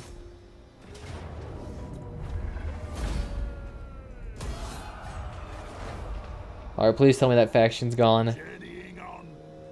Zulrika. Oh my god. No! There's still a little bit of that faction left. Very well. I will do as you ask. Alright, I just killed that little chunk left, so these guys should just strictly turn around and beeline it straight for these guys. Oh my god, that army is full of shit too. That's literally just meat shield troops upon meat shield troops. Ooh, hell yeah, of course we'll get you upgraded. Extra 40 income. You get 2 extra construction slots. I wouldn't mind that. Yeah, let's get that. We need it anyway. I wish this area wasn't split amongst so many factions, though. The amount of money we could earn from that area if it wasn't split up. Earn hundreds upon thousands of dollars. And I think you literally... You do have one more combat bonus left, I suppose. King of 8 peaks. It's hardly anything, though. What? And your army's nearly full. So next turn you should be okay. What do you want? And you'll be okay to attack them. Nice. And I think that's it. Yeah, no one else. We don't have any more armies. Alright, hopefully our cheapo army doesn't get ambushed and then instantly obliterated. That's the one way right now we could be screwed over, is if they manage to somehow do an ambush even though they're really too far away. I don't know, I've seen worse.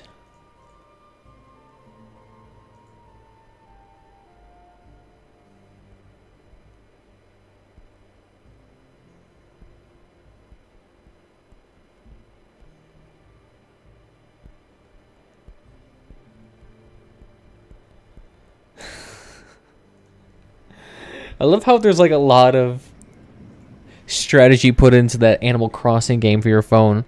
That game is literally... it's so utterly mindless.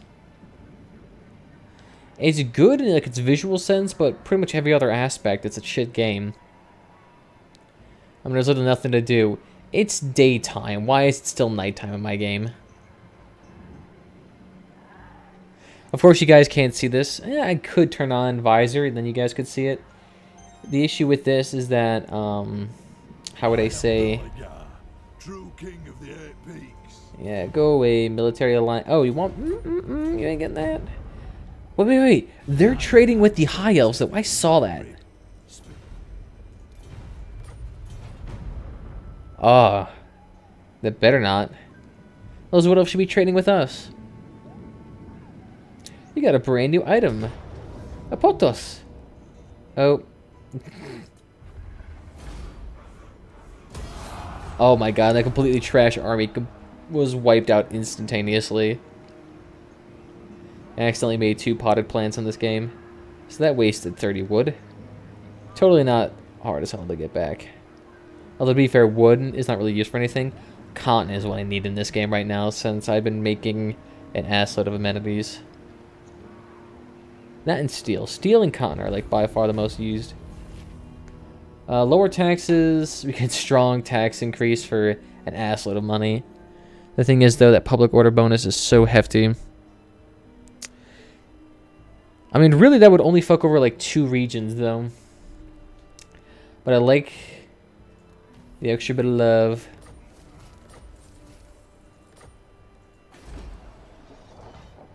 See, like now, public order is just rocketing across the continent. Oh my god, there's so much chaos in this region. It's actually giving us attrition. And a hefty amount of attrition, too. Holy shit. And this guy can't retreat, I think, if I remember correctly. Oh my god, you fucking asshat. And now he's gonna run away, and I'm gonna chase him around this goddamn map. And Talia and that faction are gonna fight over that one port. And in the end, my allies just encroach on me, and literally I'm surrounded on all sides. The only way I can get a port by this time would be to invade the Wood Elves or the Talia faction, which I'll probably have to do next turn. Since the bestial factions are all screwy.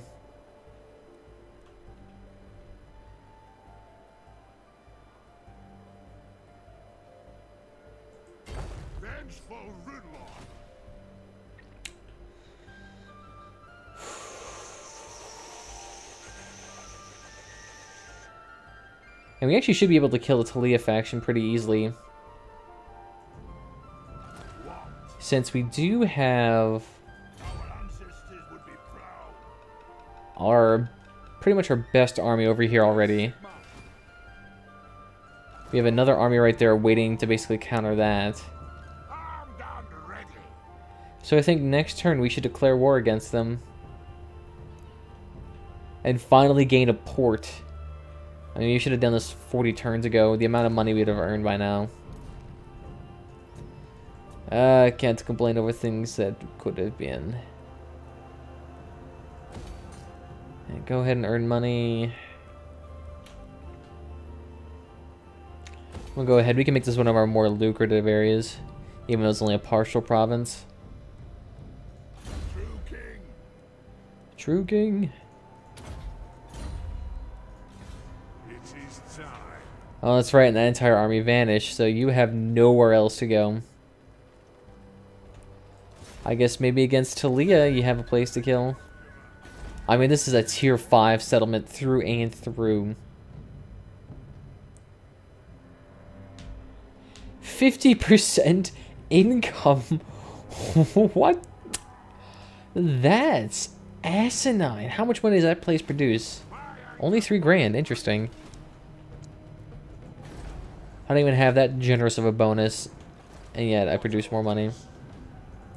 So you've moved, you moved, and you moved. And yeah, next turn you'll be able to kill Talia. Alright, let's save up because I know this is going to be a pretty damn bad turn. Actually, no, not right now. Either Talia's going to kick our ass or we're going to get one-shot them. The only issue is that Talia does have a military alliance. Or I should say has an alliance with one other faction. So we're going to have to do a military alliance with that faction, otherwise I'll have to go to war with them.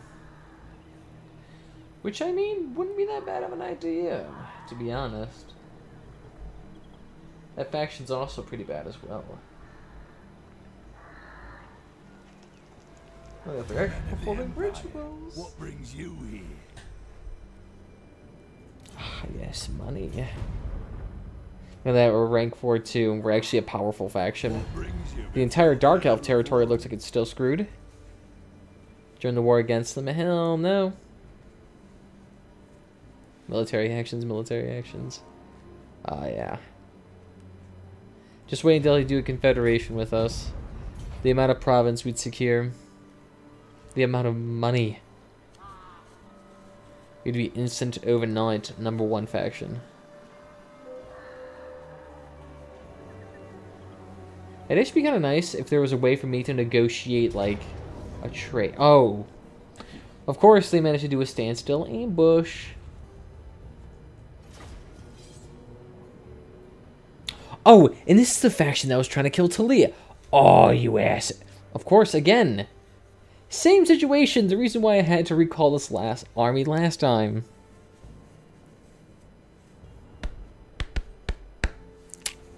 Same place. Oh, you cheeky little fucks. Yeah, let's turn that light.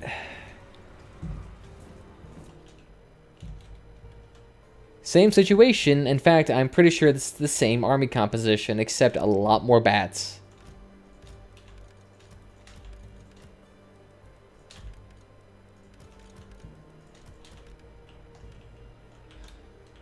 Quite a lot more bats, actually.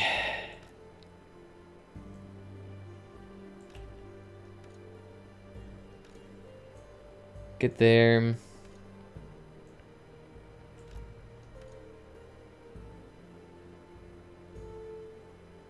Where the hell's our... Oh, wait, yeah, this is the army that doesn't have an engineer.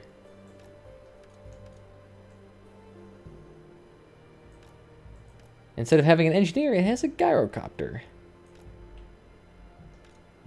I guess this is kind of cool. So what part of the army can this gyrocopter fuck? You go after all these spearmen, or you can go after all these spearmen. I'm thinking this one would probably be the best.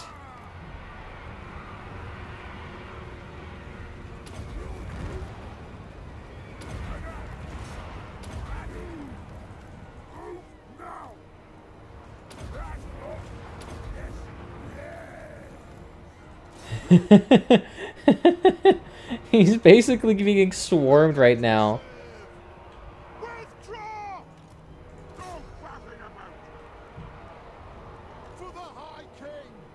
Oh my god, look at all these fucking bats. They're just swarming our artillery line.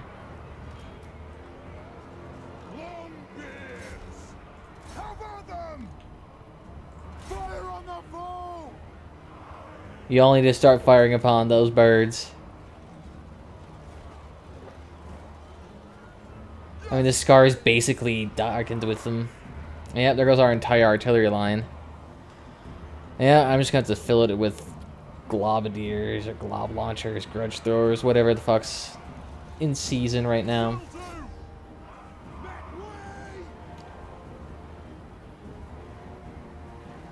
A unit has been wiped out. I never would have guessed.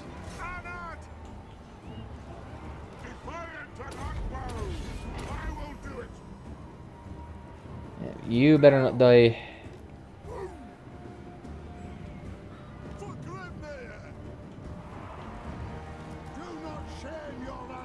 If you're being obscured, move, please.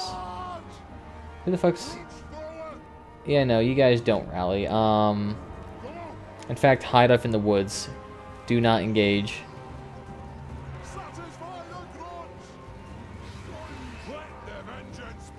Oh my god, the amount of bats they have is obnoxious.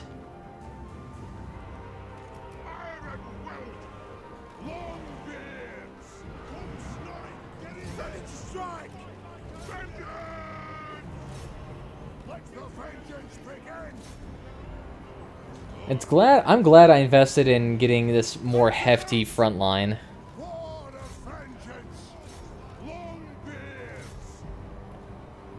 You guys need to go back. You need to actually go kill their lord. Take them out. He's so close to dying. Alright, good. The bats are gonna finally leave my gyrocopter alone.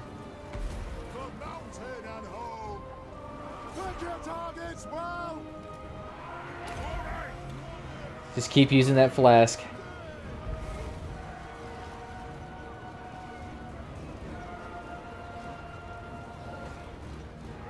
Belgranger's doing well. And everyone's in combat, so it's good at least. The gyrocopter... Oh yeah, he's being chased away by a bunch of bats. I mean, this guy... Literally half this guy's army is nothing but bats. I mean, this is practically my army from hell. Like, this practically forces me to get rid of all my artillery, because they can't do anything with this.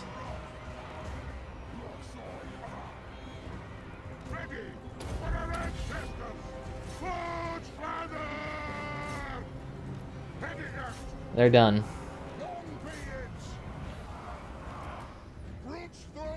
And these guys are not hidden at all. I mean, we could have you get back to your siege equipment if you want to try that. Where is it at? We can't figure out where it's at. Never mind, you guys ain't getting your siege equipment back. Alright, line back up. Maybe you guys can actually do a proper coordinated effort.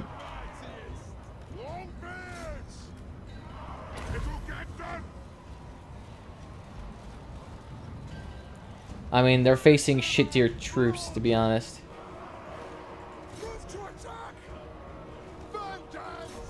Ooh, ooh, ooh, ooh. Kill their fucking general right now.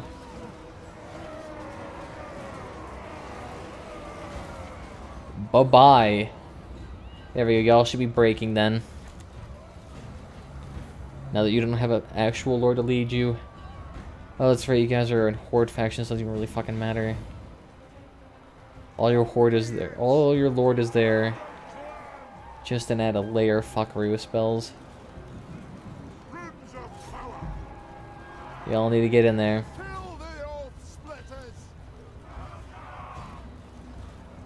It's good that my rangers have free range to fuck over these guys now.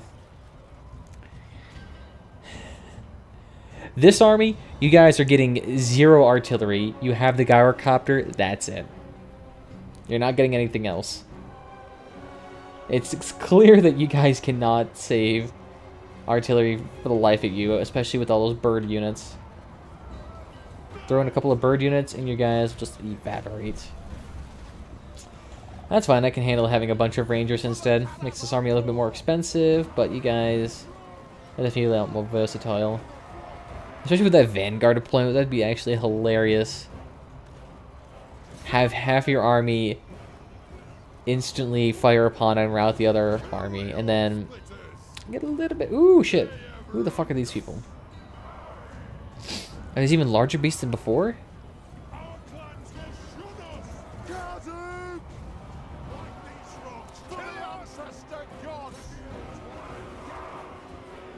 It's a little bit sketchy. Looks like they're not doing much though, and our lord is still beyond fine. Here, let's give everyone else just a assload of ammunition. I mean, those guys are practically melee at that point, so... How's it working over here? Seems to be working. They're all in combat.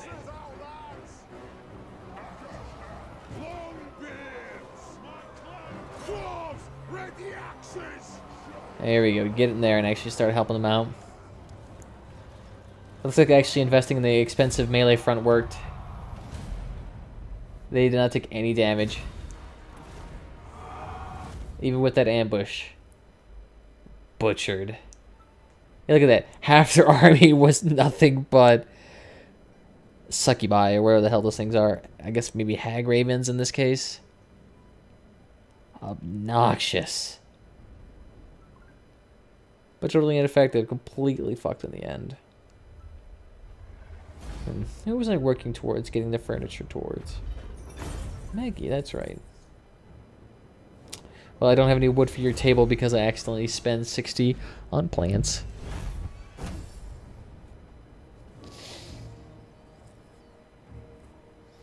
No, I don't want you to have those captives back. You don't deserve that. No, our engineer was instantly wounded in the battle. I was wondering where the fuck he went.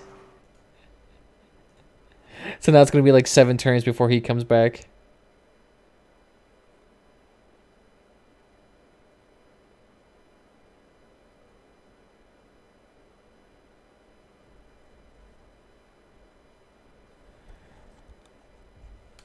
Oh my god.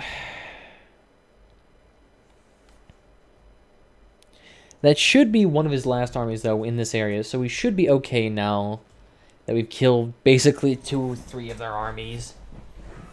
Step forth, true friend of the The thing is, though, they're so big, they probably have just one random army out in the middle of the ocean, and they'd be unkillable to us. They'll still be there. Let's take a look. What do we get in Mystery Bag today? Does it actually even work anymore? Or is like the bot dead to us?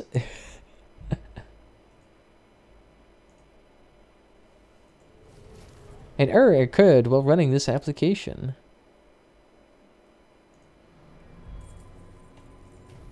Interesting. So spell shield, that's good. Ugin. Extra melee defense for the vanguards. So that'll actually help out for them. Ooh. 5%, minus 5% upkeep for Longbeards would be useful. Ah, damn it. They took out one of our artillery lines. And it was the organ gun, too. Ah, you cheeky shits.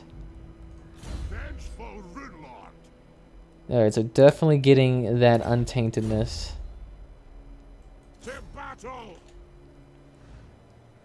No, you are not running away this time. I'm going. By the Forge Father. I would do an autocomplete, but that would instantaneously kill all of our artillery. And our gyrocopter, too. Even though what we can do instead is just have our artillery and our gyrocopter stand back and let our archers kill them. And that will actually save them. Theoretically, it should save them.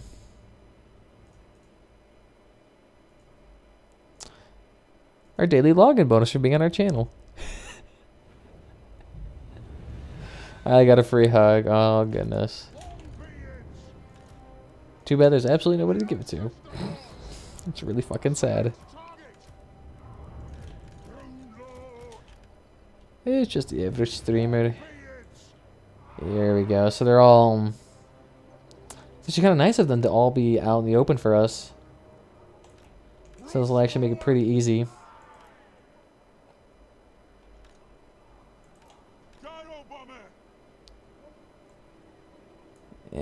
Yes. So I'm thinking Gyro Bomber. Go ahead and just plant yourself right there. And you'll drop the bombs when they come in. Whoops. Yeah, go ahead and reinforce that front line.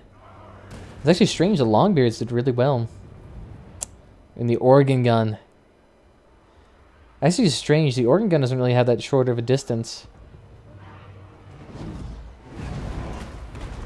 I do love the organ gun. It's like somewhere in the middle between anti-infantry and anti-large.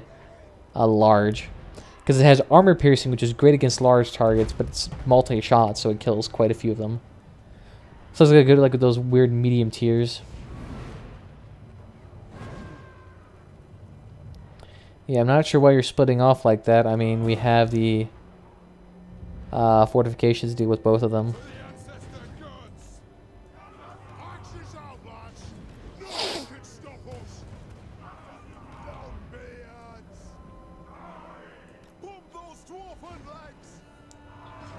Here we go, let's try that.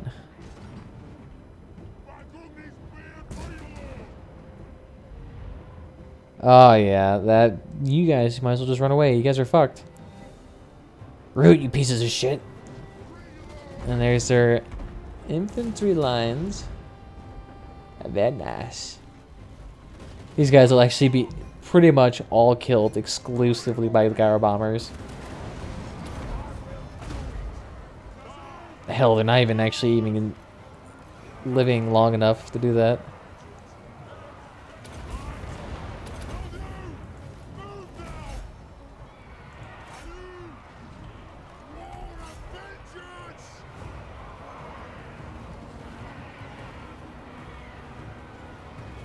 Again, suiciding the artillery. That won't make you win because they're not battle significant. And yet you guys are going to kill your birds for that.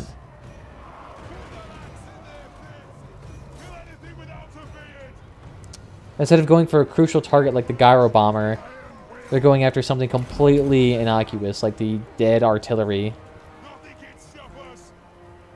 Alright, alright.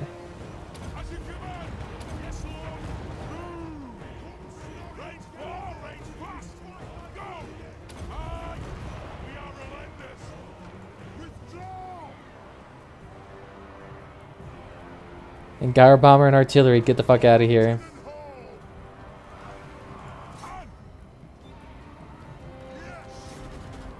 Get fucked. Okay, good, good, good, good.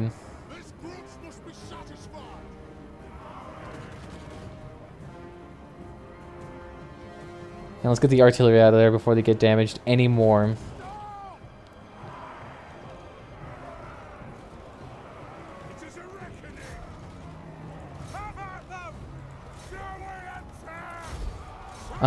Someone kill that lord. Everyone, you are killing that lord.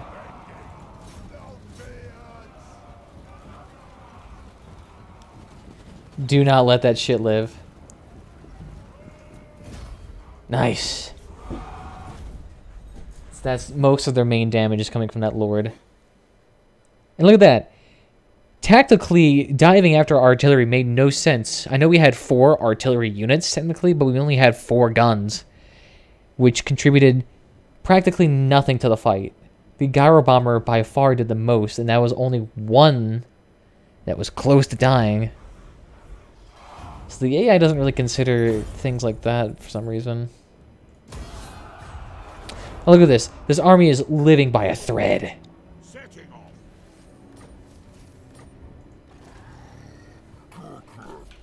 Nope. We can't do that. We gotta kill every last little creature.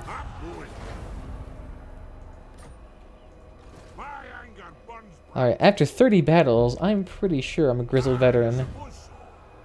You definitely need to go back to the base.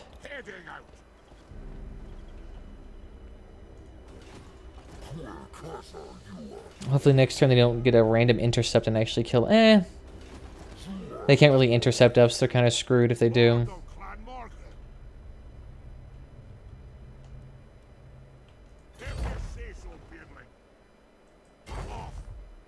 And look at that, we're actually getting replenishment. Oh yeah, immune to attrition. Oh, that's beautiful.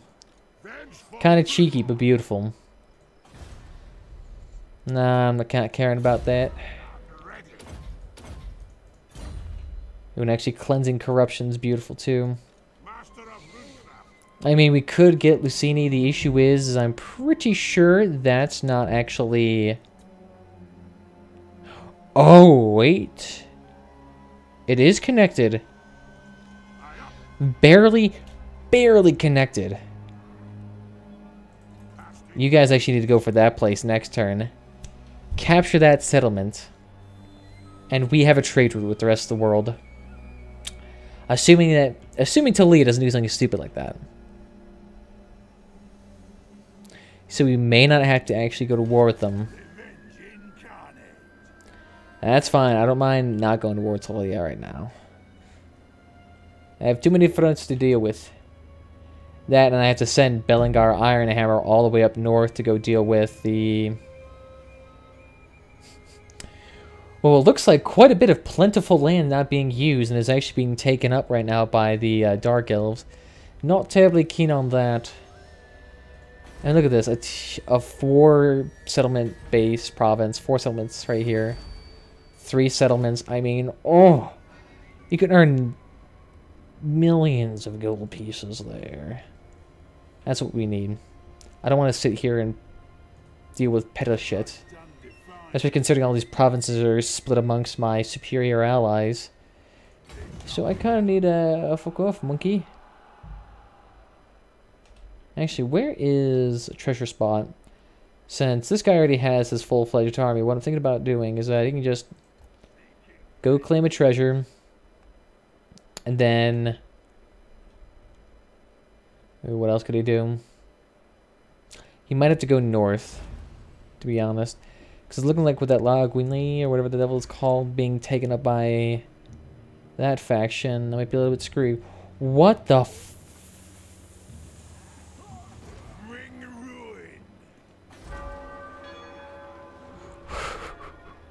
Look at that. Look at this.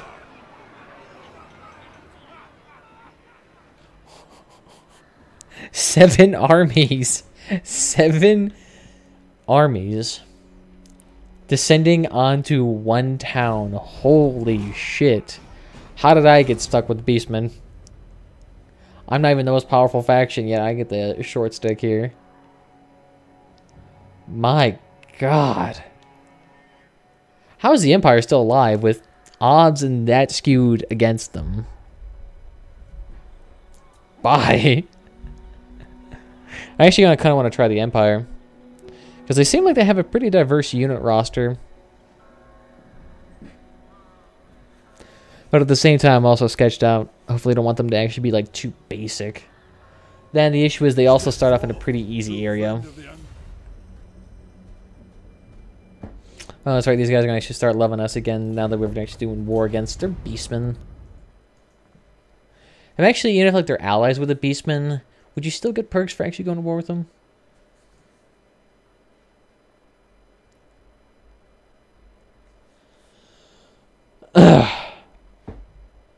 Perfect. Okay, so...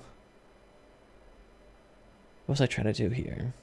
I was trying to make sure everything's working up here with the new bot that we have going on in the channel. For those of you who don't know, we have this Twitch bot right now called GatherBot. Basically turns chat into an RPG system. And if you want to link to it, I mean, you can go to the same page I'm at. You just have to go down to the donation and then go down to the GatherBot tab. Same thing. And with that, you can actually start playing around with it. It's better when you have like 30 people in here because then you can actually start like forming guilds, assassinating each other, doing raids. Stuff like that. Nah. If this base doesn't actually turn out to be correct, we're going to have to go and actually kill you there. Critical failure. That's what I love to see. And all of these Dark Elf tribes are actually managing peace. Why are you betraying me, Dark Elves? I wanted you to stay crushed. You know what we should do? Oh, I know what we could do. We could try building bases around their settlements. So that we, like, close them in and then we can take those bases for us. That's what I'm thinking. I answer to clan and hold. I'll cast the runes. You got that. And you need to deal with him. Ooh, hoo, hoo, hoo, hoo. You cheeky thing. You go deal with that base. And I'll come in right behind you and snatch it right up. How's that sound? Sounds delicious. Oh yeah, you better be fucking off, because there's no way you're going to be living out there in the ocean for that long. Oh yeah, they're in the retreat. And now we can have our mega army move north. And all this guy will need is a tier 1 barracks with a tier 1 ranger station. And his army is basically settled. I mean, his artillery is pointless. I could just have his artillery be replaced with more rangers, to be honest. Make his army real cheap, but yet somehow deadly. With that engineer, out of all things. Basically having artillery range. And I think that's it. Yeah, everyone's assigned to a task. Which is going to take many, many turns to actually fully flush out, so I'm not too worried about them.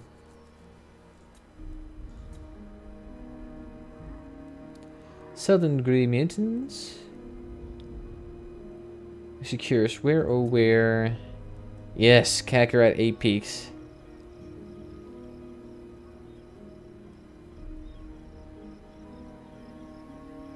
Untaintedness, public order in all your adjacent provinces.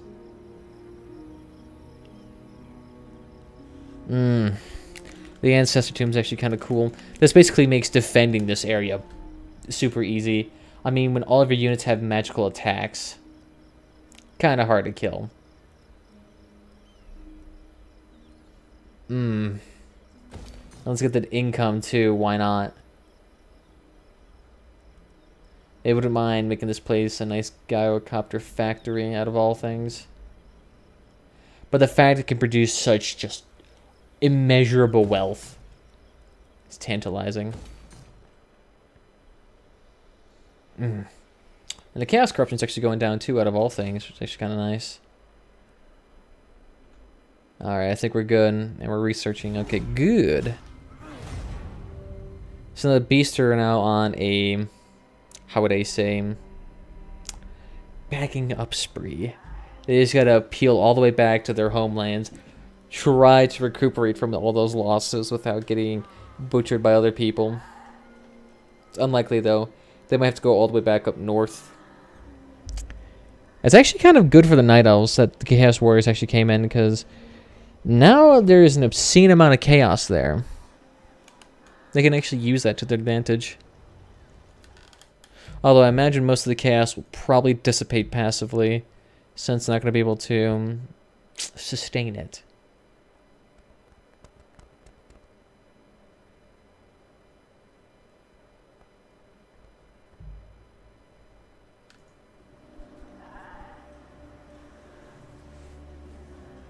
It's just kind of nice, too, that the Scalig are actually being a little bit cold themselves.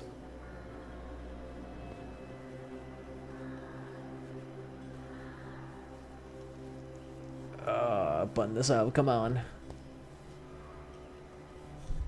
I've been wearing this, oops, sorry. I've been wearing this fucking Ushanka for, hours now. And with wearing the headphones on top, it's like constricting my head. It's so warm. Oh, you pussies. Pussies. You could have killed them. You could have killed them.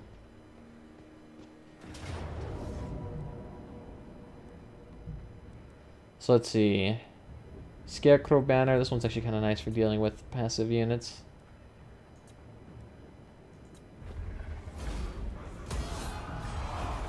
And as I say, there's no way they can really run from there. They're against the water. Ooh, and the Opal Amulet. That'd actually be real good for him to use. I think he already has it though. Can I help you? So now this should actually be totally and utterly continuous with the other state. Oh, God.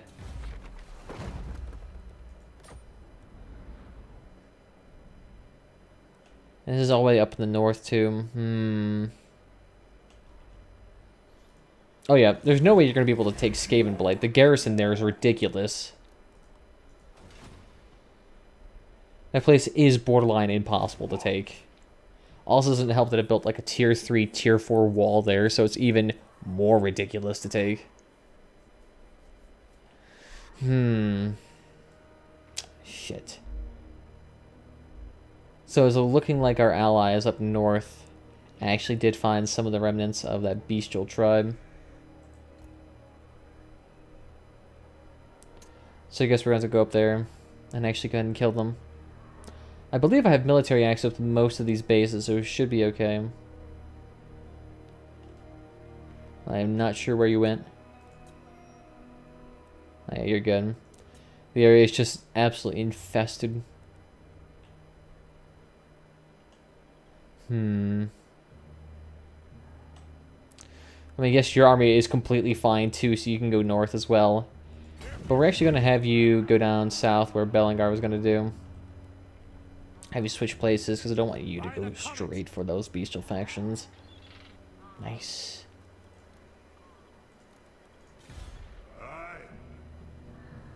And you know what? Let's go ahead and embed you into that army. Give him a training bonus. Better than having you constantly run around the map trying to assault units. To little to no success. Ooh, yes. This is... I guess it doesn't even matter. You need Draft Master and all of that as soon as humanly possible.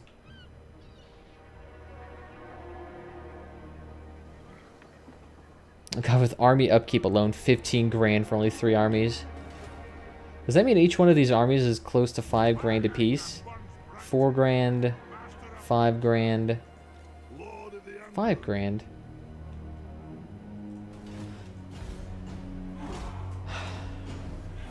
I guess it makes sense, though. Belengar Ironhammer's army to be super expensive, even with all of his little perks. Because he's using a lot of units of renown, which have, like, 3 times the upkeep as normal units. Like those Iron Gatekeeper units, whatever the fuck they were called. They had, what, 700, 800 upkeep? Which is close to 3 or 4 times the average unit. They're so much better, though. If you don't auto-resolve, you can use those guys with so much success. I mean, the reason why we lost ours is because I did an auto-complete with the vampire faction and like instantly killed them for some reason, even though they would have killed a couple hundred of their vampire allies. Those guys do not die. And they're really overpowering, yet the auto-resolve does not take that into consideration. In 2 situations, if you have 1 unit of those Iron Hammer Renowned guys, whatever the fuck they're called, Sky Hammers. Who are you?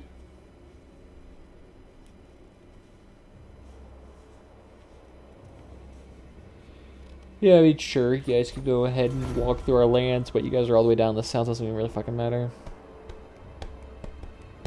With Stelia and the Blood Axe tribe. Are you actually going to clear the lands for us a little bit? That'd be nice. Come on.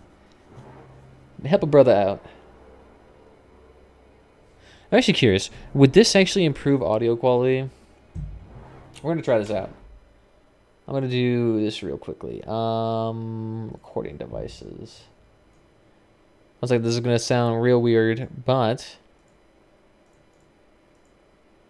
Let's listen to this device for a hot half second. It's a lot of echo. Not really the most pleasing audio, definitely not. Not a lot of body to it. That's to be expected. I mean, a wooden room. But if we put this as on...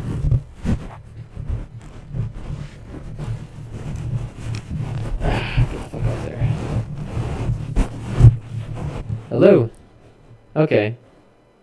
So, I mean, there's still a lot of that background static that's from my PC. I can't really fix that unless I have, like, Some high quality amperage or amps. Fuck. Can't listen to this shit. Yeah, no. That's wind's not as bad as an issue. What do we pair it though?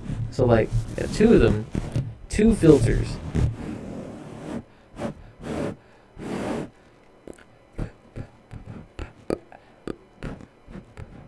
Yeah, so basically no wind's getting through, which makes sense because this thing's fucking wool. It's not the best material. You want more porous material to actually use. Having just straight wool over the microphone doesn't do shit because it doesn't absorb any sound. Let's get rid of that though. Testing, testing, testing. And if we scooch this off, testing. Yeah, I mean, I did like the audio with this little cup thing on. It actually strangely did work better. That makes sense. Having a cover over the microphone would always work better than just having it bare. Go and of course you got destroyed. Oh, that's right, we need to have the level 1 settlement first. And go ahead and start training their army. Nice. And he'll have a master engineer soon enough. Where is he? Is he even recruited yet? Ooh, and good, he's actually going to be available in one more turn. That's just going to be fine, considering this army is going to be here for ages. Yeah, so he's heading north, no issues there.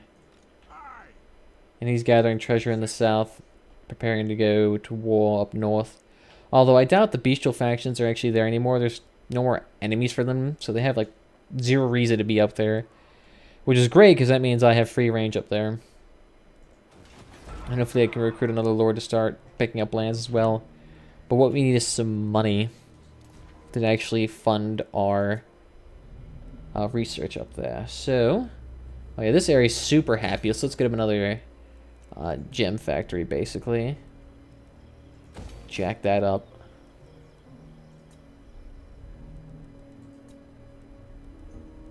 Yeah, there's really nothing else we can build here. You keep telling me to build here, but there's nothing I can do. You earn me nothing.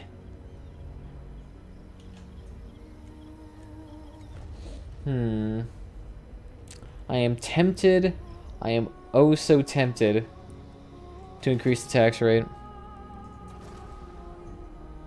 And Chanel area is working out beautifully well. Hell. For some reason, they're able to get their vampire corruption down to 0. Even without the extra little bit of untaintedness. And this area too is going down to 0. This area over here, Skaven Blight's always going to have the Skaven corruption regardless of what happens. It's theoretically going down to 0, but it's not. Unless we get an asinine amount of other corruption in there, it'll never actually clear up. I think we're good then, because there's really nothing else we can do in the meantime. We're just traveling. Master Engineer with max charging capacity. That actually got interesting to see if he would ever use that. Because the thing is, the guy has an asinine amount of ammunition. And this army is so busted it can't do anything. Like, Goretooth, though, looks fucking ridiculous. Asinine amount of leadership, a lot of speed, a lot of melee attack, decent weapon strength, decent charging, but he also just has a lot of passives on him to help him out. I would love to have those bestial factions if there was an option to have like a colony version as opposed to just a straight horde. I don't like hordes. Hordes are not fun. And on top of that, it also makes doing risky plays extremely risky. Like to the point where it's almost debilitating. Perhaps a treaty. You're paying me over 2 grand for that too. Ooh. That's a lot of money. And you don't even have any alliances with any of your other factions. That's hilarious. But you're also one of the more powerful factions. How about we counteroffer?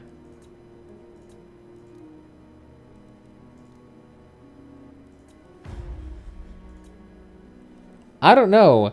That 2 grand right there. If he actually gave me 6 grand, that would be awesome. Oh yeah, 6 grand's nothing. Alright, so it seems to be the 2 grand is where... Ah, oh, come on, dude. You know you want it.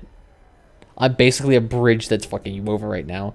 Although, to be fair, you have like free range entirely up north to get your own little island. Because I'm pretty sure the scaling... Yeah, they're incompetent. You can easily kill them. Their army tactics make no sense. Last time I was up there invading them, all they had was partial fraction armies. Pecking at each other.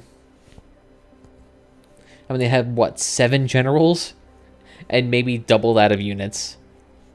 Split amongst all of them, so it was easy just to do lightning strike. You pick one off at a time. I guess maybe they were doing that to spread corruption easily? I'm not sure what that was for. No, I'm not joining a war against the vampires. You should easily be able to kill them. They're so strained right now, being pinched on both sides by... like the Kazarak, and... You should have no issues killing them. Assuming that is you occupy their settlements and prevent the spread of their corruption. That'll be easy. And on top of that, it should be easy as pie dealing with the negative or unhappy populace. You have extreme, how would I say, public order bonuses. I'm not even sure why I'm talking to them as if they're like a listening AI.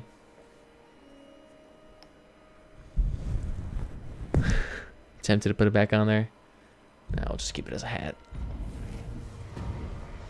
Beautiful engineered welcome back. And it looks like the orcs have managed to crawl out of their fucking hole yet again.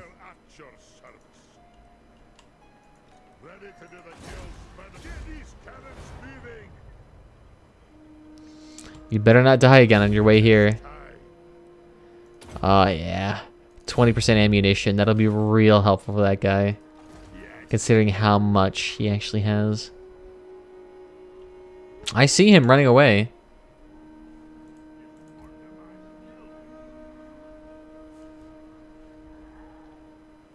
And I'm pretty sure we have a,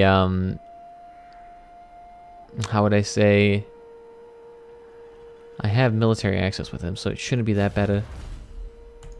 Doesn't get the upkeep reduction, considering how much of our units are actually those. What the fuck?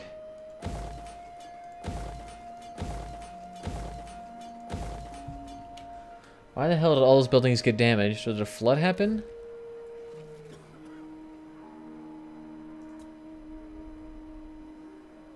Nope, just random top-knots faction. They're not going to kill us, though. Oh, workshop explosion. Okay. For a second, I thought it was sabotage. I was like, what faction in here is actually doing this again? Oh, yep, tier 3 unhappiness across the board, but look at that. Nobody here is pissed. Hallelujah. In fact, most of them are absolutely jovial right now.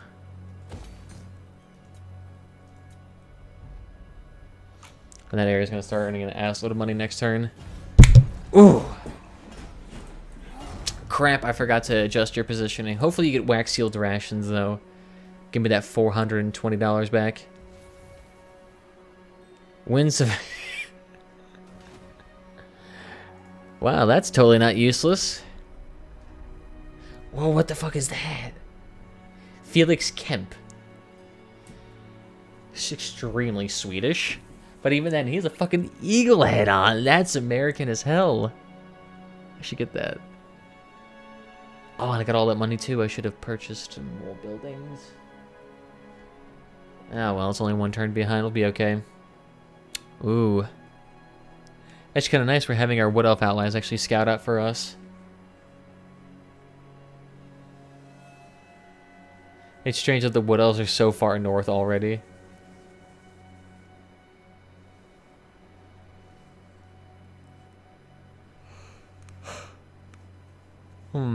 Do we actually have enough money to get another army? I am Belagar, true king of the air. I mean, we could try to make a cheap army, but I doubt we'll do much with it. Nope, nope. Yeah, I guess we could have nothing but of those armored quarrelers and that cheap melee unit. Maybe a couple of bolt launchers. The bolt launchers are actually not that bad.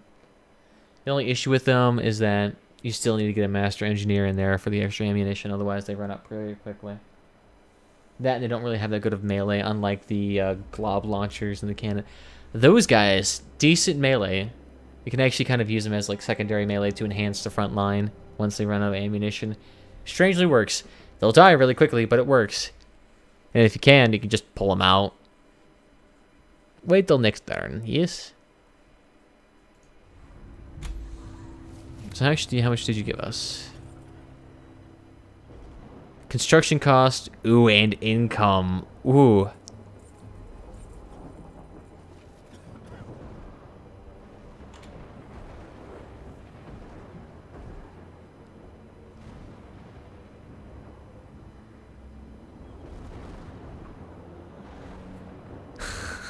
So Slayer units are now going to be pricey as hell. That's great. And there's no treasure over here for us to take. So you guys get the glorious pleasure of trying to recruit some of these areas before they're all gone. And hopefully our brand new port city. Next turn we should have a fully functional dock. Like, who the fuck is this? Knights of Arrigo. Why the hell are you guys so far south? Isn't your base of operations, like, really fucking far north? Where the hell even is your base? Oh no, it's right there. Yes, it's pretty far north for you, considering you have a vampire scourge in your land. Why the fuck are you guys here? Oh wait, you have... Okay, you do have the space. Good. So you're leaving,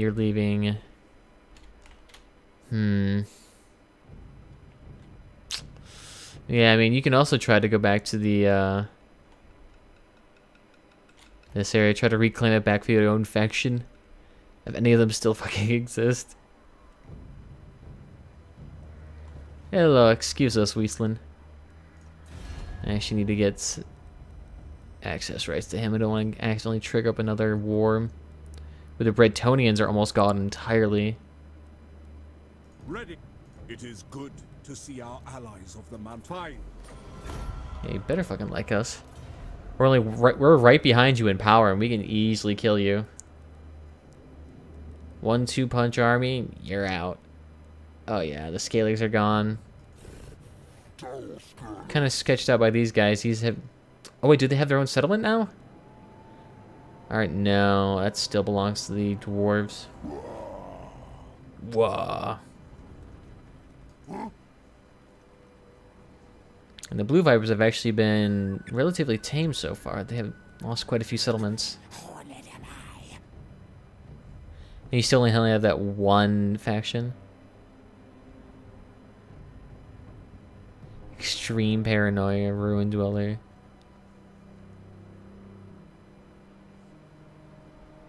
I'm surprised this one hasn't died yet. Usually those Skaven factions die pretty quickly. I wonder if my allies have just been too preoccupied with other bases to really deal with them. Let's see, which one here can benefit the most monetarily? The vaults. Ooh, ready for tier 5, finally. If only they had a unique building chain, that'd be nice. Those unique building chains always grant way more money than they need to be. And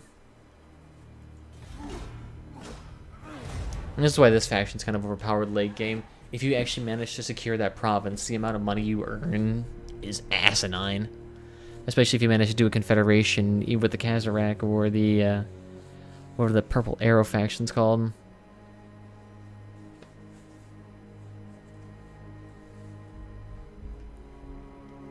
Managed to get them instantaneous 5 or 6 grand per turn.